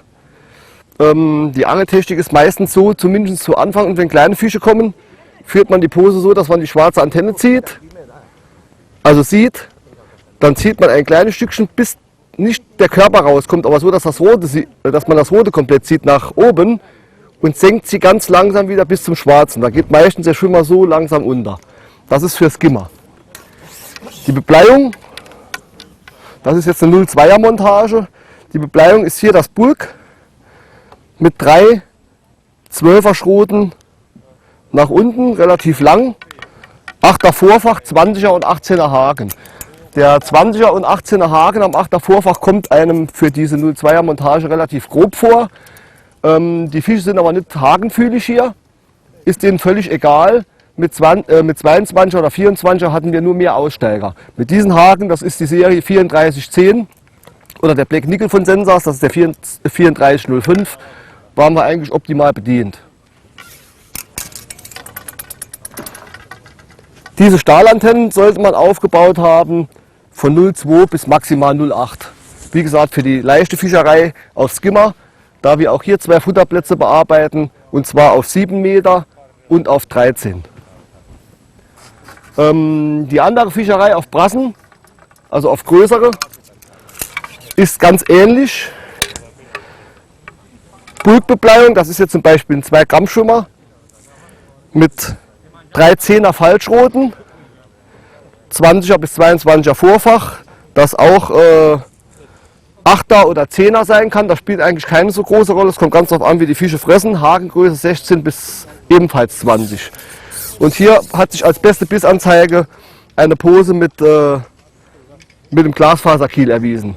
Ebenfalls auch schwarz. Der wird so ins Wasser gestellt, dass er so weit rausguckt und wird dann, je nachdem wie tief man stehen hat, entweder auch nur so angehoben oder dann, wenn mehr aufgelegt wird, komplett aus dem Wasser gehoben und fallen gelassen. Dass also die Mückenlarve imitiert, wie sie aus dem Schlamm rausgeht und nochmal zurückfällt. In dem Fall schnappt sie dann der Fisch. Hier angeln wir dann bis zu 4, 5 Mückenlarven als großen Köder. Aber normalerweise ist immer 2, 3 Mückenlarven der beste. Des Weiteren habe ich hier ein Karpfenrig. Das ist jetzt hier eine 0,6er Montage. Alles relativ grob. Das ist eine 20er Stroft als Hauptschnur durchgehend bis zum Haken. Entspricht also, denke ich mal, so zwischen 22 und 25er, weil die Schnur ja nicht genau stimmt. Als Haken ein 12er Fox Carp Match, der auf keinen Fall irgendwie nachgibt. Als Gummi habe ich hier im kompletten Kit ein 16er Vollgummi eingezogen. Wir haben es hier mit Wildkarpfen zu tun. Jeder, der schon mal in so einem warmen Wasser solche großen Fische, solche kampfstarken geangelt hat, die noch dazu hier bis 10 Kilo haben, weiß, von was ich da rede. Da darf man also auf keinen Fall irgendwelche Kompromisse eingehen. Deswegen ist mir zum Beispiel das Holo-Elastik nicht gut genug, weil der Fisch von Anfang an, weil man dem von Anfang an Druck entgegensetzen muss. Und beim Holo-Elastik kommt er halt zuerst mal in die Beschleunigungsphase rein. Und die Länge von dem Holo-Elastik gegenüber dem normalen Gummi gleiche ich halt aus, indem ich den in 3 Teile einziehe. Das funktioniert. Ja, wie gesagt, ansonsten ist die Fischerei hier auf 7 Meter. Da wird am Anfang Futter-Erde gemischt, 50-50 gekappt. Circa 5 oder 6 Bälle. Circa 5 oder 6 Bälle Double-Lehm. Und mit Mückenlarven und etwas Anteil an toten Maden und Pinkies. Auf der 13 Meter Bahn setzen wir am Anfang zwischen 10 und 15 Bällen. Normalerweise 5 Bälle pures Futter und ein Mix 50-50 mit Erde, nochmal 10 Bälle und kappen dann noch 10 Bälle Double-Lehm obendrauf. Hier in dem Sektor ist es ein bisschen anders, weil wir hier normalerweise, zumindest zum Ende vom Sektor, relativ viele Fische haben. Deswegen habe ich mich entschieden, heute pures Futter hier zu angeln. Mit 2 Sorten Erde, das werde ich dann so variieren, wie ich das für richtig halte. Außerdem werde ich hier Bert hat seinen Dienst geleistet. Ein Punkt Vorteil über Falsini. So, wir bleiben bei Klaus für den Futtercontroller. Futterlimit wird durchgeführt vom Schiedsrichter. Futter und Lehmgrenze ist 20 Liter. Sehr strenge Kontrolle, nur 20 Liter am Futter, Erde und Lehm ist erlaubt. Das hier ist Klauses Futtermischung.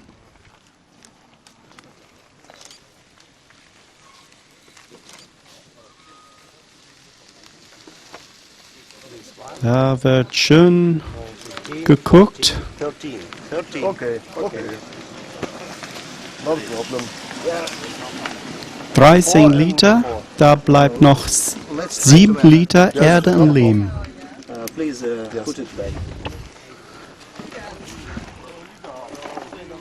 Das ist Klauses Erdemischung.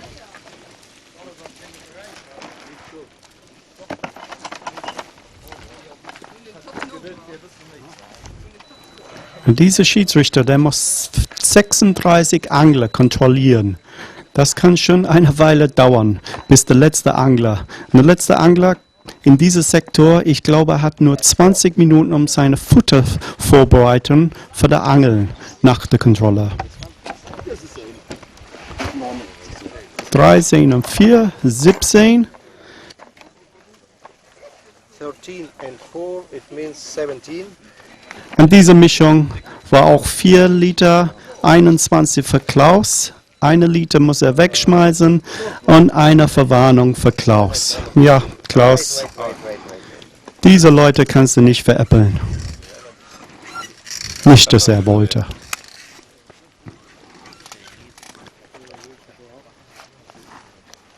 Und jetzt bei den Engländern, die gleiche Kontrolleur. Ohne zu bucken, man sieht, dass hier gar nichts der 20 Liter erreicht werde. Aber wird trotzdem geguckt. Vielleicht will er für seine Mannschaft ein paar Tipps mitnehmen. 10. I see 10 liters here. That's all. 10 Liters. That's it. Und natürlich darf sie 2,5 Liter vom Köder. Joker Blattwurm darf nur 1 Liter sein. Maden, Mais, Würmer, was alle der Angler braucht. Für Thank you, good luck.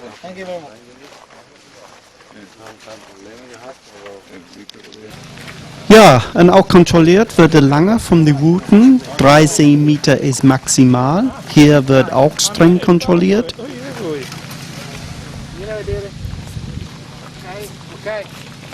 Hier alles in Ordnung. So, nach der Futterkontrolle darf jeder Angler sein Futter vorbereiten für das Angeln selber. Hier sind wir bei Andrea Fini von Italien. Und wenn dein Land ein paar Tricks in der Kiste hat, dann ist besser, dass man seine Futter vorbereitet, ohne alles zu sehen, was genau da abläuft. Aber wir versuchen um die Ecke zu gucken. Nichts viel groß zu sehen hier.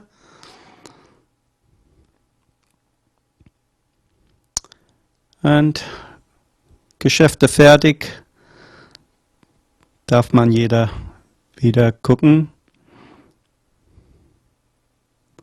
Futterbälle werden hier zusammengedrückt mit 2 Händen. Mit 2 Händen ist erlaubt, bevor der Angel beginnt. Und wie man sieht, er drückt nicht besonders doll an diese Bälle. Hier sehen wir von Klaus Müller die Futterscheibe oder Zielscheibe für die Futterung. So, und jetzt werden wir bei Andrea Fini bleiben für die nächsten 10 Minuten Futterung. Und man sieht, sein Futter ist ziemlich kurz als die Spitze angefuttert. Das werden diese leicht gedruckte Bälle. Wie gesagt, diese Bälle mit 2 Hand geformt, die dürfen in den 10 Minuten Startfutterung geschmissen. Man sieht wirklich, wie die Futter auseinander geht teilweise. Alles nach diesen 10 Minuten darf nicht denn reingeschmissen, darf nur mit einer Hand die Bälle geformt. Und wir sehen, wie Finny wirklich einen großen Futterplatz anlegt. Und diese Futter ist nicht ganz richtig. Die richtige Rolle ist, was alles mit der Cup reinkommt nachher. Das war die Bälle. Jetzt werden wir sehen, wie man mit der Cupping Kit richtig umgeht.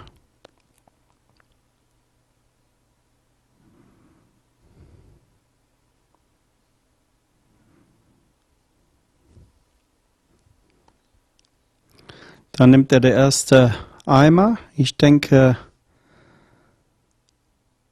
wir werden jetzt über die nächsten 6-7 Minuten wirklich viel Futter reinkommen. Mit der Pole-Cup.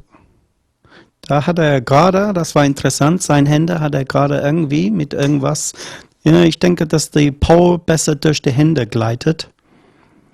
An die erste Cup genau auf 13 Meter.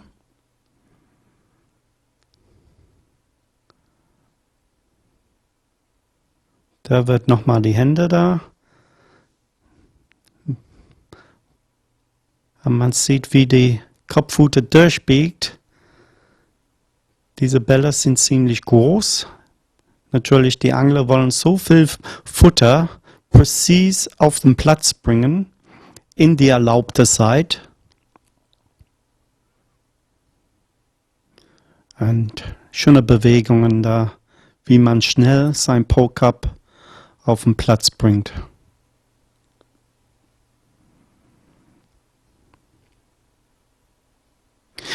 Mit der 10 Minuten Startfutterung, was auch neu ist. Letztes Jahr war nur 5 Minuten erlaubt, wegen der 3 Stunden Angeln, aber wegen 4 Stunden Angeln jetzt haben die 10 Minuten Futterung. Ich glaube, mehr und mehr Angler benutzen diese 10 Minuten, um die Futter reinzubringen mit dem Pole-Cup. Die haben mehr Zeit, da werden die nicht schmeißen, da werden die dann mit dem Pole-Cup genauer ihr Futterplatz vorbereiten.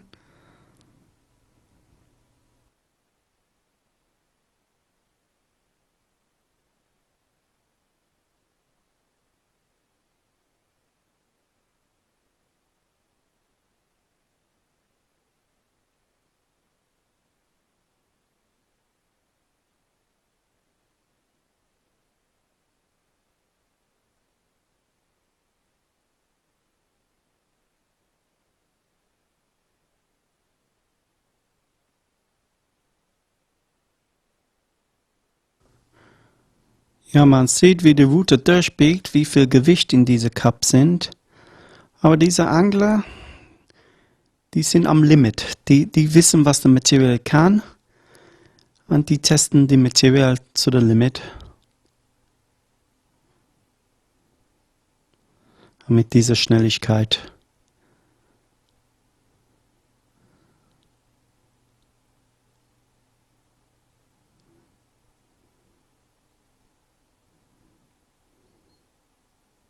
Oh, ein verlorener Ball da. Eine Sekunde nicht aufgepasst, kann schnell ein Ball rausflutschen.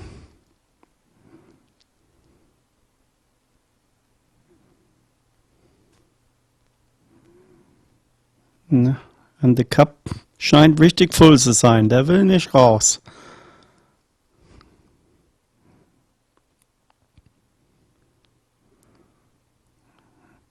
Einmal reingucken, ob irgendwas da passiert.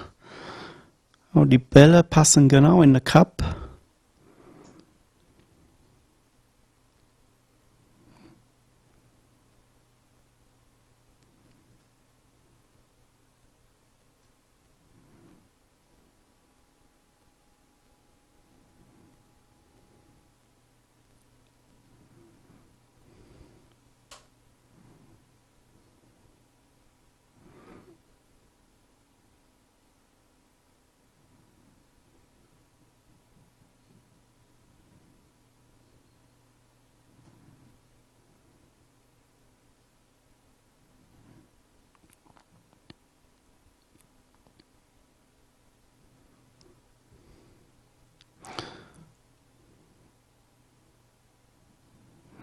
Ja, und wie gesagt, das werden wir wahrscheinlich mehr sehen in der Zukunft bei den Meisterschaften, dass der Pole Cup mehr benutzt wird.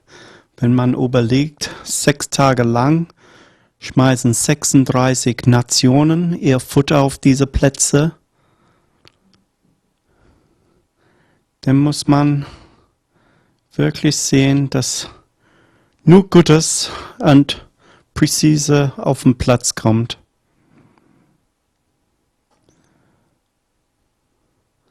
Haben wir gehört von vielen Managers und anderen Angler, dass die Italiener, die wissen genau, was die machen um diesen Kanal.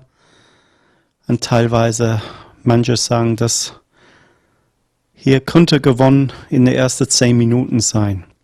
Wie man seinen Platz jetzt in diese 10 Minuten vorbereitet für die ganze 4 Stunden, ist eine sehr wichtige Sache.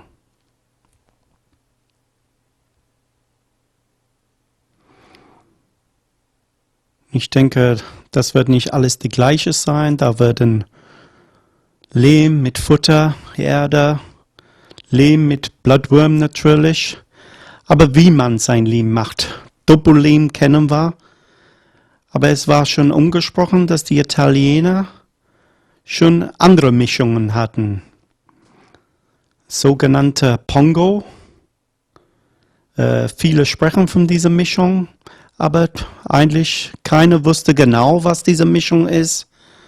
Nur, dass es sehr stark verbindeter Lehm ist, noch stärker als Doppellehm.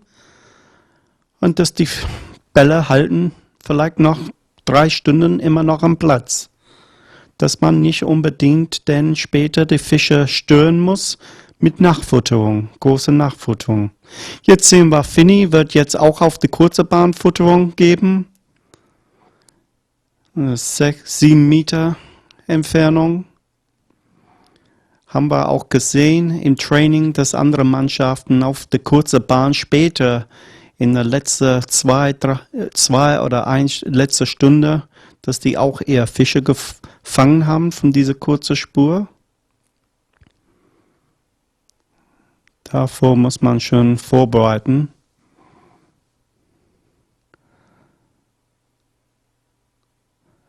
Und die letzte Minute jetzt von der Futterung, so da kann nicht mehr viel da reinkommen. Da beugt sich die Wute nicht so durch. Ich denke hier leichte Futter oder sogar nur Maden pur. Und das war's. Einmal ist leer. Und 10 Minuten, ja, ich denke, manche von uns werden schon sehr erschöpft sein von die 10 Minuten Anfutterung. Und dann gerade bei diesen Temperaturen.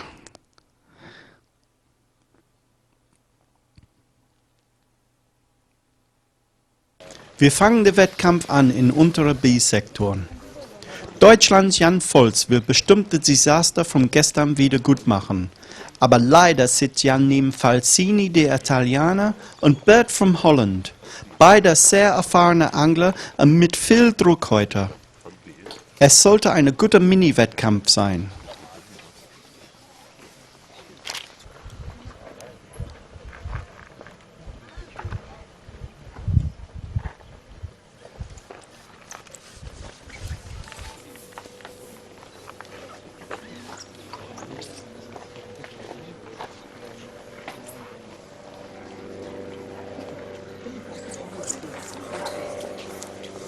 Jede Stunde werden die Fische gefangen auf Bretter hinter der Angler geschrieben. Wenn diese Fischzahl entscheidend war, dann Falsini liegt weit vorne in der ersten Stunde. Aber der Holländer hat auch Coarse dabei. Mit 2 verschiedenen Taktik im Gang, es würde interessant, welche werden top heute. Jan Volz mit nicht der beste Start. Jacopo fangt Fisch nach Fisch. Ein hartes Wochenende für den Jan, aber eine weltmeisterliche Erfahrung reicher.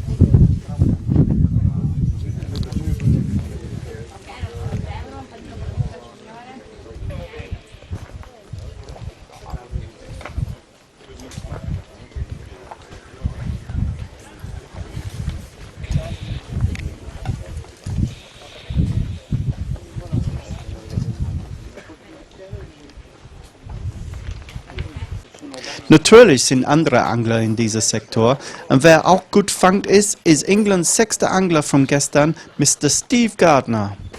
Übrigens habe ich erfahren, dass gestern war der erste Mal in den letzten 12 Jahren, dass Steve nicht in das Start 5 geschafft haben.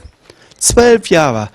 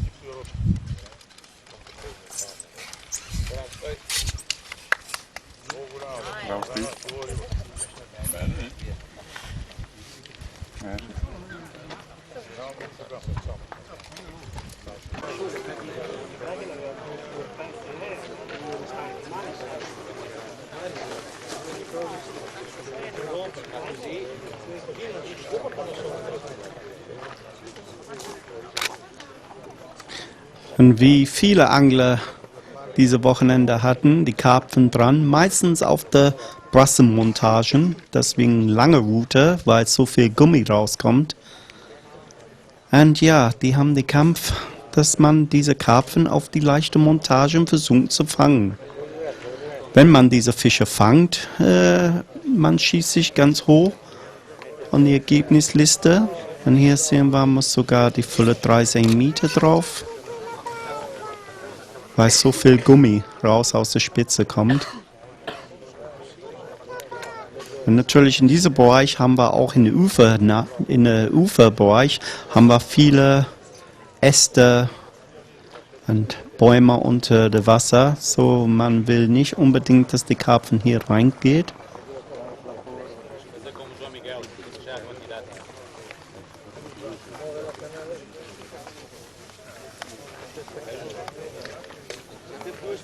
Und es ist nicht einfach, es ist nicht leicht, auf diese Montagen diese Karpfen zu fangen. Aber der versucht es und es sieht sehr gut aus.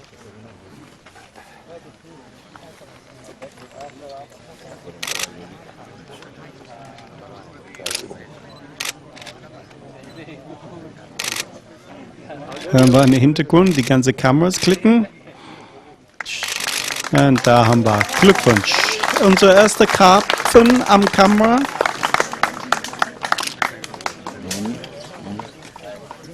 Ups.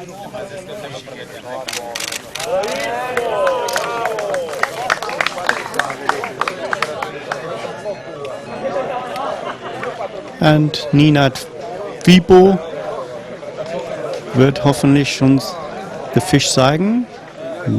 Ja. Aber sein Manager schimpft. Ab im Netz damit. Ich habe schon einmal gesagt, aber in Südafrika gibt es kein Brassen und keine Skimmers. Aber was da doch gibt, sind Karpfen. Und diese Jungs, die wissen, wie man die fangt. Und gezielt auf Karpfen, naja, gezielt nicht, aber die waren gut vorbereitet. Heißt, die haben die entsprechenden Montagen aufgebaut.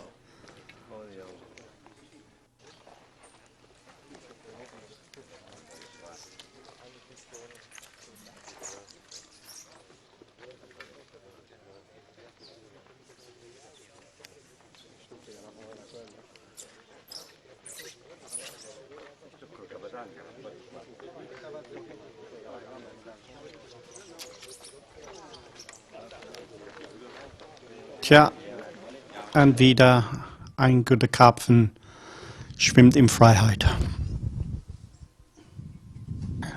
Und wieder sehen wir, wie die Spitzen richtig am Wasserfläche halten, die Fisch tief zu halten, bis letzte Minute, Netz ins Wasser, Spitze hoch, Fisch hochbringen im Netz.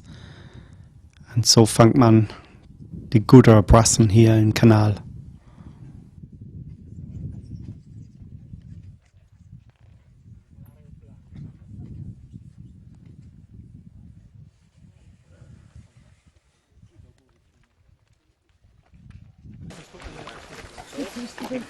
Vier Plätze weiter, der Chef selber von den Niederländern, Jan van Schendel.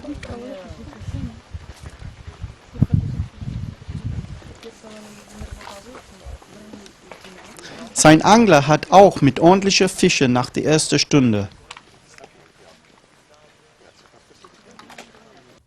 Nach ein kurzes Gespräch mit Englands Betreuer, Stu Conroy hat ein paar Bonusfische schon im Netz. Englands Probleme mit der Welse geht aber weiter.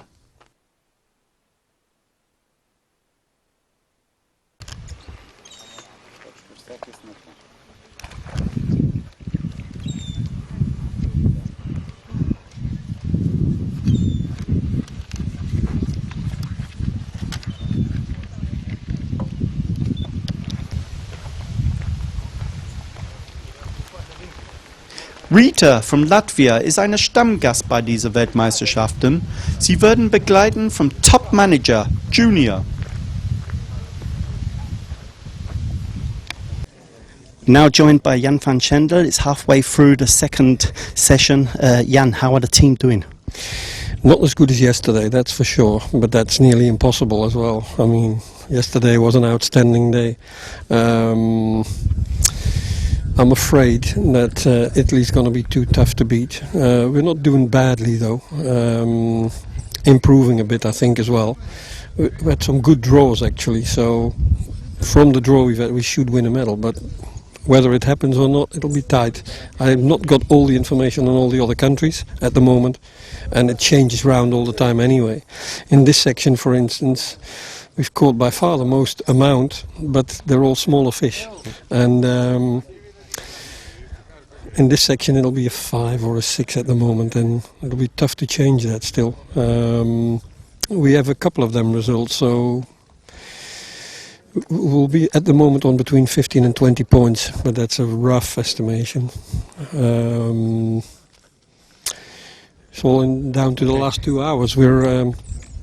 We've got one other tactics that we've not used yet for the last 2 hours, and if that would come, then probably we can change things around a little bit, but it's not the right day for it. We try to catch a few fish close in as well, and we build it up and then try in the later half of the match. Yesterday that worked brilliant for the English, and we didn't do so well on it. We count more on it now, but it's not the right day because the fishing seems to be slightly worse, and apart from Italy, nobody seems to be doing fantastic.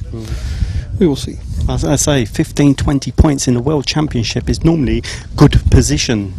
Normally good enough to win, but yeah. I knew it wouldn't be like that here because there's 5 nations dominating the competition. If you look at the result from yesterday, I mean, 5th nation has got 20 points. That's amazing.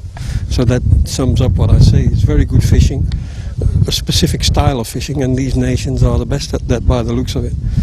Italy is fantastic, and I'm proud actually that we're only 2 points behind, so that we must have done all right yesterday.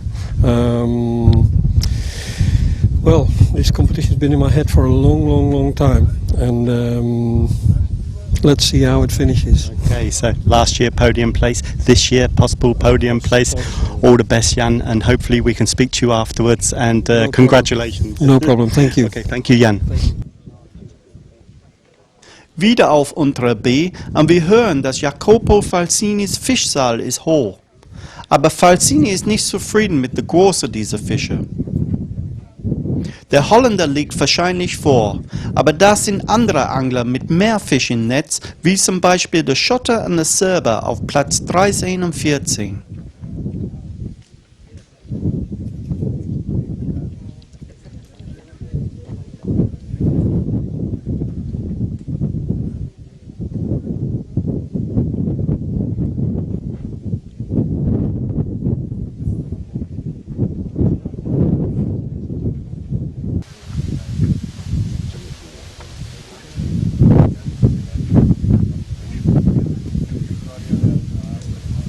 Aber trotzdem darf keiner von dieser beiden Punkte verlieren mit riskanter Taktik.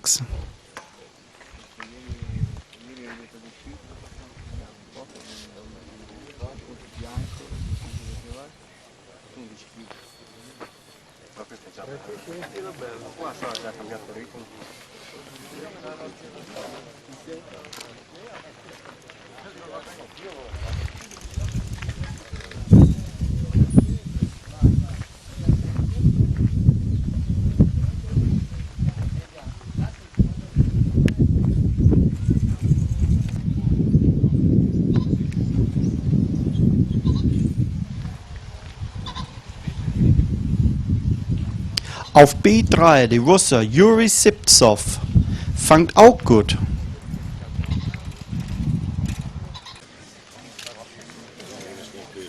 Und mit der letzten Stunde, Steve Gardner hat auch die Sektoranführende im Sicht.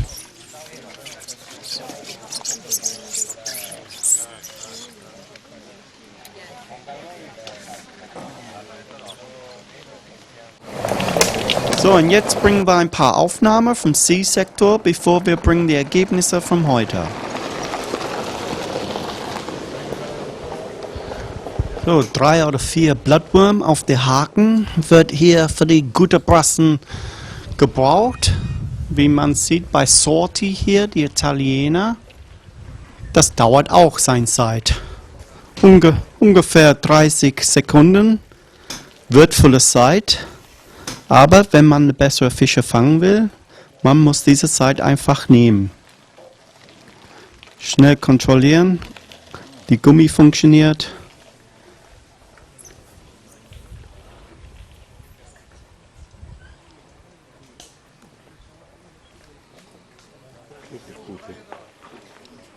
Und hier wird man belohnt, wenn man diese Zeit nimmt.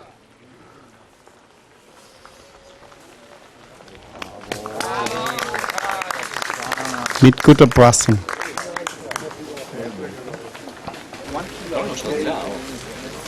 In den letzten 15 Minuten an einer frischen, sehr willkommenen Regenschauer bringt uns Abkühlung.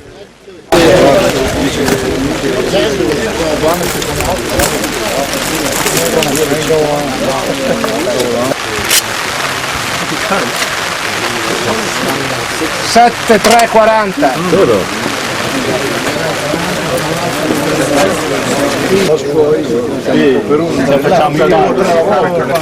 Sì, anch'io là c'ho un ombrellone grande, sì.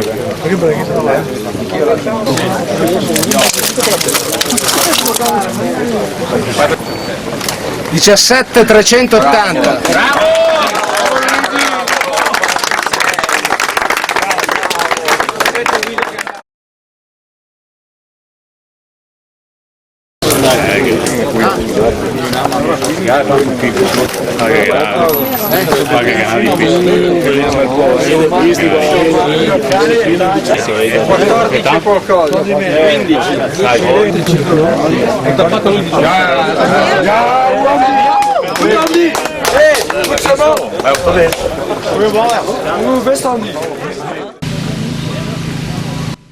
Chris Doppmeier fischt heute für Deutschland als 6. Mann im oberen C-Sektor.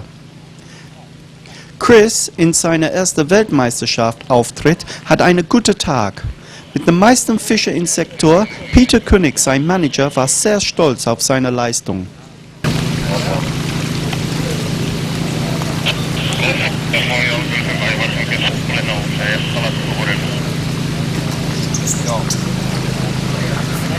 Bravo, bravo.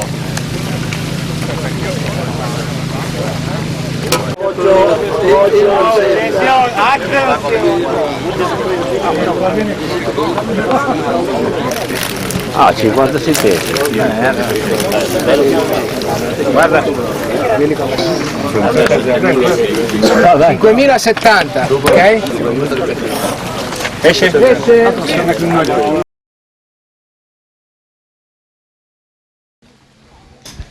Und hier sind wir mit Peter Milkovic von Ungarn, gestern Sektorgewinner.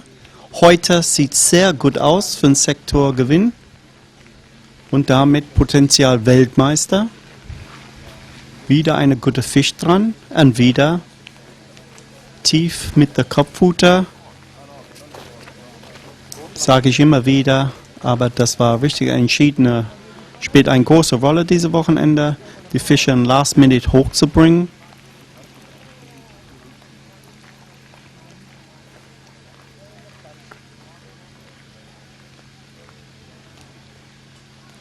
Und heute die gesamte Mannschaft vom Ungarn sah sehr gut aus. An der Waage jetzt mit Peter. Mit sehr guter Stammfischer. Spannender Moment.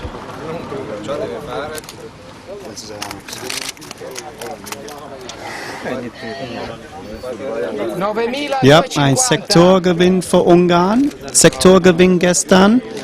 Es spielt nur das Gewicht eine Rolle jetzt, ob wir hier einen Weltmeister sehen. Unten in der oberen E-Sektor empfinden wir die Angler aus Ukraine. Der bekommt gerade Unterstützung von der Schiedsrichter. Ob das gegen eine Regel ist, sind wir nicht sicher. Aber besser als ein Fisch mit einem Topkit durch die Gegend zu schwimmen, oder?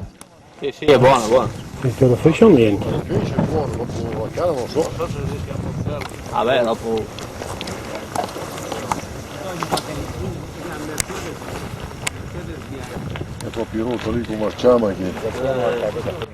Am Ende 13,64 Kilogramm für die Ukrainer.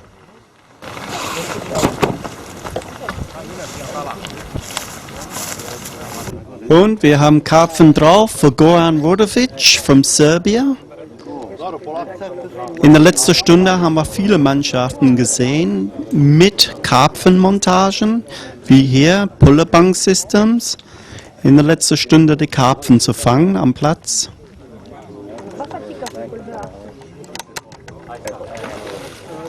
Und ab im Netz. Schöner Applaus. Ja, mit Pulleybank-System und starke Montagen hat man die Chancen. Es ist nicht ein riesiger, aber das bringt ihm schon hoch im Sektor. Ja, sehr gut. Und 4 Punkte für Serbien.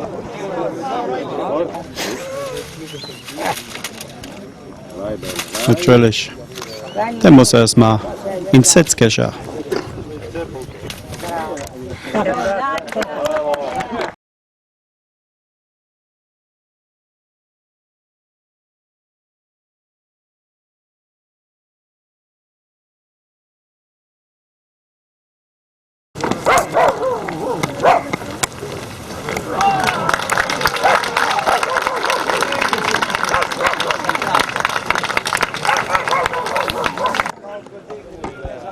Dave Johnson war ein bisschen zu spät für die Show auf E2.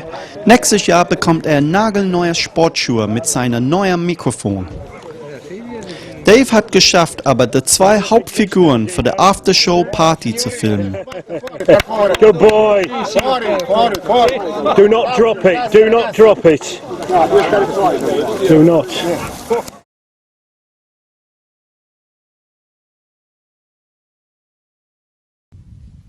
Klaus Müller von Deutschland wollte seine Leistung von gestern auch versuchen zu wiederholen heute. Aber war keine leichte Arbeit.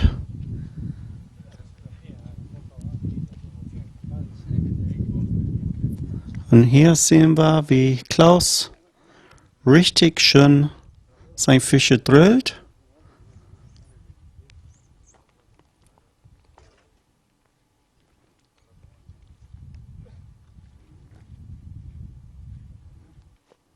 Ein schöner Fisch für Klaus. Mit trotzdem ein gutes Gewicht von 12,29 Kilo. Hat nicht gereicht, ganz vorne zu kommen, aber trotzdem 8 Punkte für Deutschland für Klaus.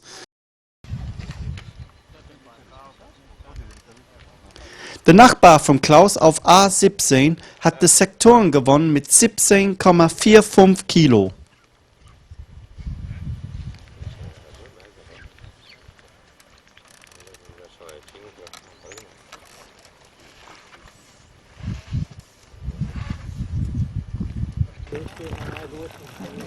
Und jetzt die Ergebnisse vom unter D-Sektoren. Es war eng zwischen die 3 Favoriten hier in diesem Teil von D. Joe Adriano hat 10,77 Kilogramm gecasht für Holland.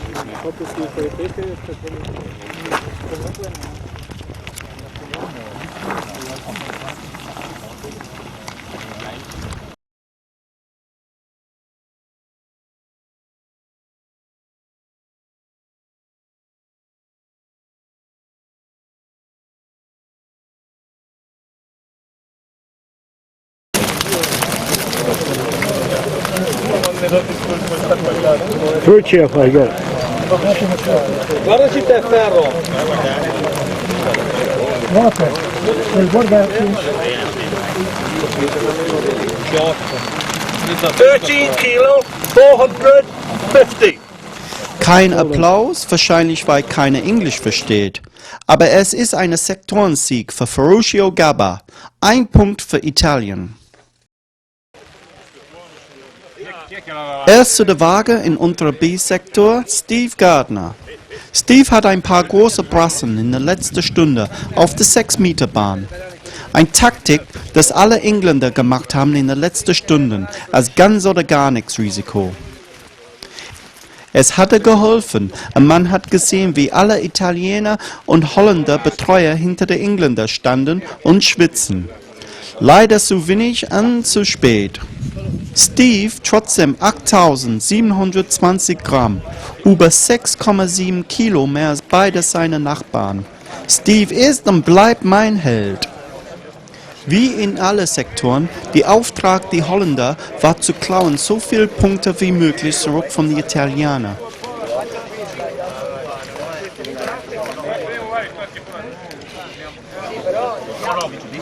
Ist noch einer drin? No.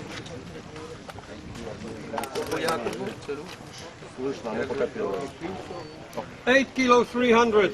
8.300. 8.300.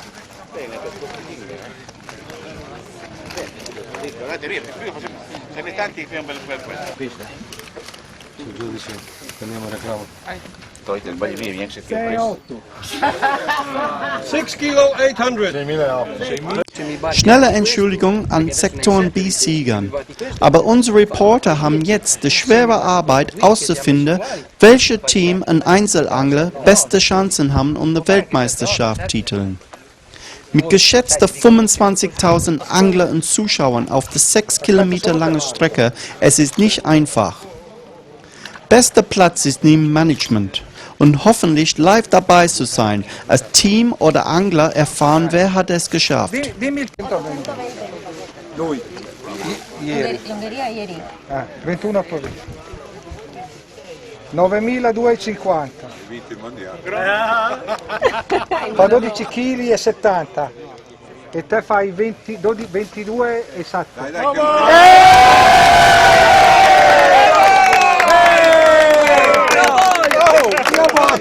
Buttati! Perso! Vai in acqua!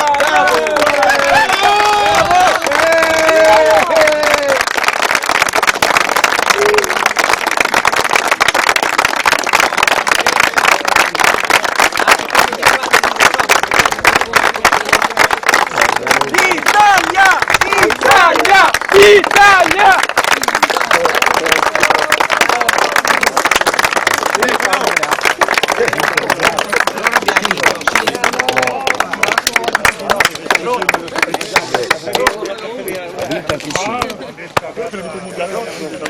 Dormi Angelo. Dai, va a prendere il tuffo, dai, tuffo, va a prendere il pesto. Il pesto è andato in acqua. Grandi figli, grandi. Sono in piena Pagarma. Küsschen für alle, Italien-Style. Was für unglaubliche Pressearbeit, dort zu sein, wo es alles passiert. Team und Einzel Weltmeister.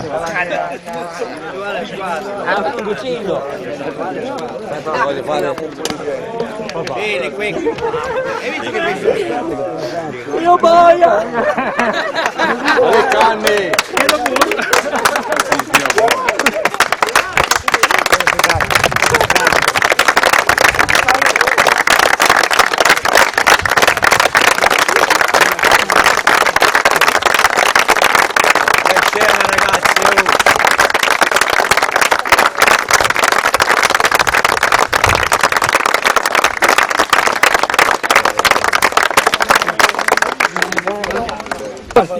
Bravo again.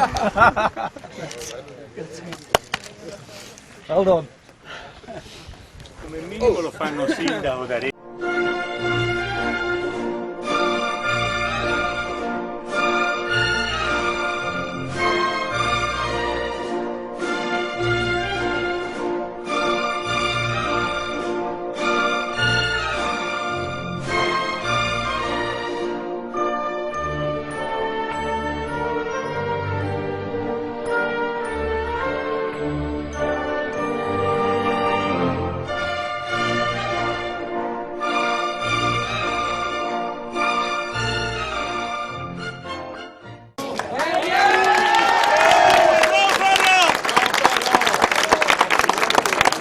Un bel riconoscimento per Ferruccio Gabba, da anni uno dei migliori pescatori internazionali. Bravo! Al secondo posto per la Peter Mikovic, 2 primi anche per lui, 31.070 punti, 106 catture nei 2 giorni di gara.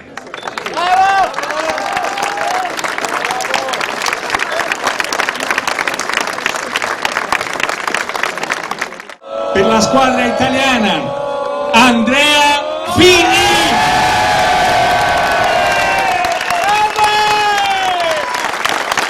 Grande Fini! Bravo Andrea!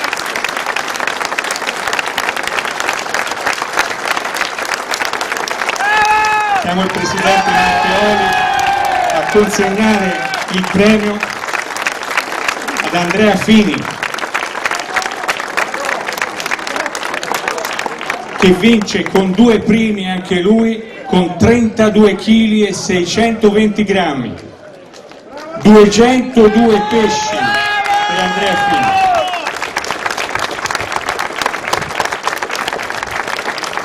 Maggior peso e maggior...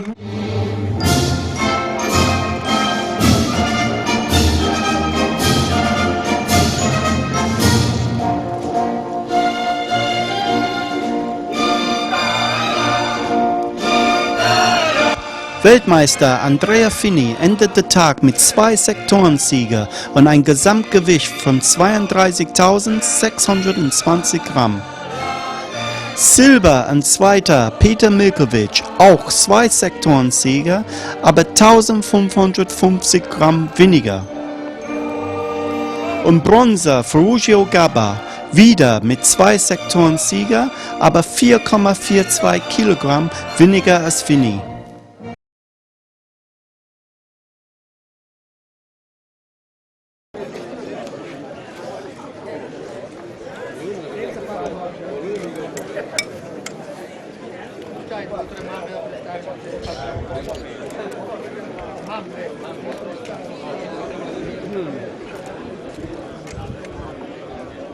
Il Belgio ha concluso con 33 penalità, 33 penalties for Belgium, 106 kg e 195 grammi con 16 e 17 penalità, quindi una gara molto regolare per la compagine belga che sta tornando veramente forte come la ricordavamo qualche anno fa.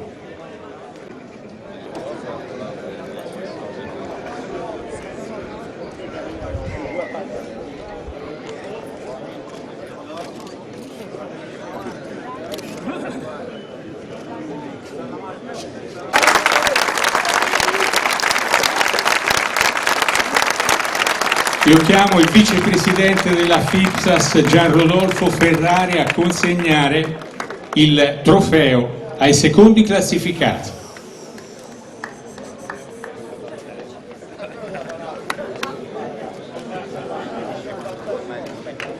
Ungheria 27 penalità, 27 penalties, 109.740 punti, 15 penalità al sabato, 12 alla domenica, 732 pesci complessivamente, ed è con vivo piacere e soddisfazione che ho l'onore di chiamare sul gradino più alto del podio la squadra Italia!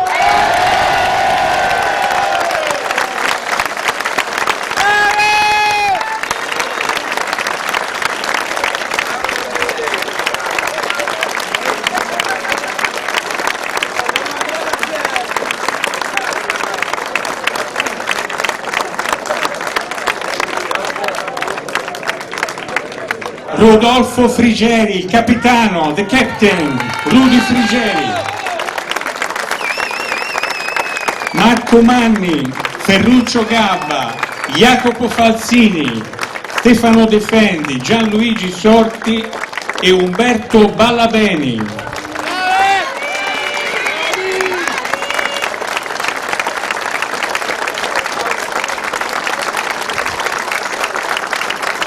Campioni del mondo nell'anno 2011, il miglior modo per festeggiare i 150 anni dell'Unità d'Italia. Prego per cortesia di tradurre questo, perché è un concetto importante. Viva soddisfazione i suoi atleti. Grazie. So, neuer Weltmeister und ich glaube, er würde bestätigen, eine sehr tolle Meisterschaft. In Anschluss konnte er ein Interview mit Weltmeister Fini und seiner Teamkamerade Gabba sehen. Am Ende unserer Englisch-DVD ist auch ein Interview mit Steve Gardner, eine Woche nach dem Wettkampf. Wir hoffen, ihr habt diesen Film genossen. Wir glauben, wir haben uns verbessert seit der WM in Merida letztes Jahr und wir wissen, dass ein paar Sachen könnte besser sein. Vielleicht für die nächste Weltmeisterschaft in der Czech Republic. So, thanks for watching. Only medals.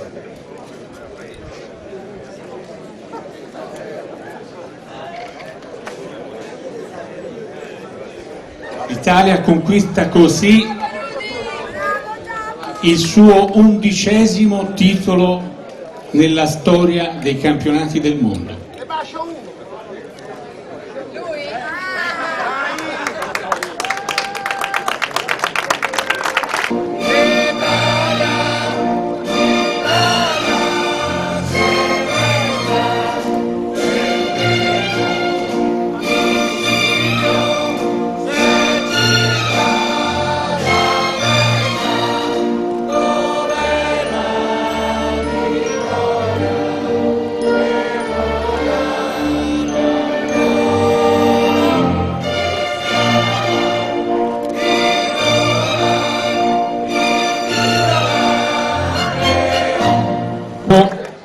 Dalla segretaria generale Barbara Durante. Grazie Barbara.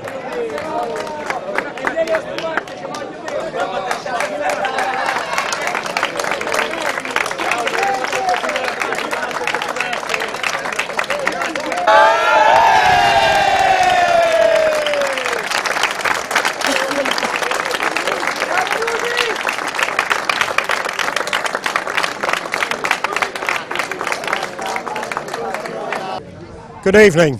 We're joined by the new world champion, gold medalist Andrea Fini of Italy and bronze medalist of Italy, Ferruccio Gabba. What I'd like to do first is ask Andrea what this particularly means to him. Ferruccio, if you can translate. Dice cosa significa per te aver vinto un mondiale? Niente, diciamo che ancora non me lo sento addosso. At the moment he doesn't understand what happened for him. Okay, I think you actually won a big trophy. Dice che hai vinto un grande trofeo. Sì, me l'hanno detto, è il penso sia il trofeo più bello della mia vita da pescatore. And he's also the best angler in the world. Yes, dice che sei anche il miglior pescatore del mondo. Sì, hai ragione, per ora, fino al 2012 sì. In 2012, yes. Yes, 2012. I'd like to ask Ferruccio now just exactly what was the Italian plan which saw them take, I believe, 20 points, was it 21 points? I think. 21 points. Yes. Would you like to give us some idea of how you approached the venue and took that world title? Yes. Our plan was to feed with very soft ground bait, very dry ground baits, because the ground baits, the fish in this venue are not on the bottom. Eat not on the bottom, but just up. Yes. Yeah. But we use very hard limb with joker, floating joker. Because the fish in this canal eat not on the bottom, but eat the food that came up from the bottom and came up from the bottom to the hub. Right. Yes. Okay. And your rigs, the sort of rigs you used? Yes. The rigs was very, very light, 0.50, 0.30, and with a bulk. Far from the hook, maybe 80-90 centimeter, and only two shot, very small. Like a number 11? 12 and 11. 12 and 11. Yes, 12 and 11, yes. And a small hook? 18. An 18? Yes. And what did you use on the hook? Bloodworm. Just bloodworm? Just 3 or 4 bloodworm. 3 or 4 bloodworm yes. bunches? Yeah. And the idea was to take bream and skimmers and ignore the carp? No. Our idea was catch bream with a good size, because if you want to win in this venue, you must catch bream from 200 to 500 grams. Right. And they hit in this system I explained you before. Oh, good. Okay. Well, when was the last time? I should have looked this up actually, but I think the last time Italy won the World Championship was a few years ago. Yes, it was in maybe 2007, I think, 2007, in Hungary. Yes, in Hungary, right. Yes. On Valence? In Valence, Valence, yes. And this time you've won it at home in front of all your own people. Yeah.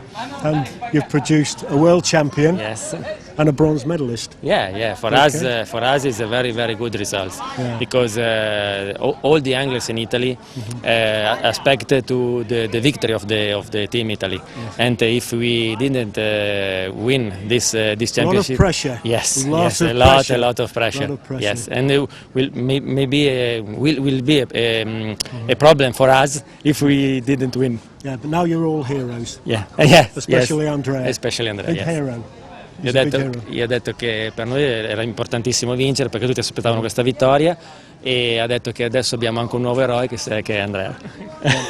Well, once again I would like to congratulate these two anglers on a fantastic performance, and the whole team Italy on a world championship. Okay, thank you very much, Andrea. Congratulations. Thank you very much. Ferruccio, thank you very much indeed. Thank you. Okay, thank you all.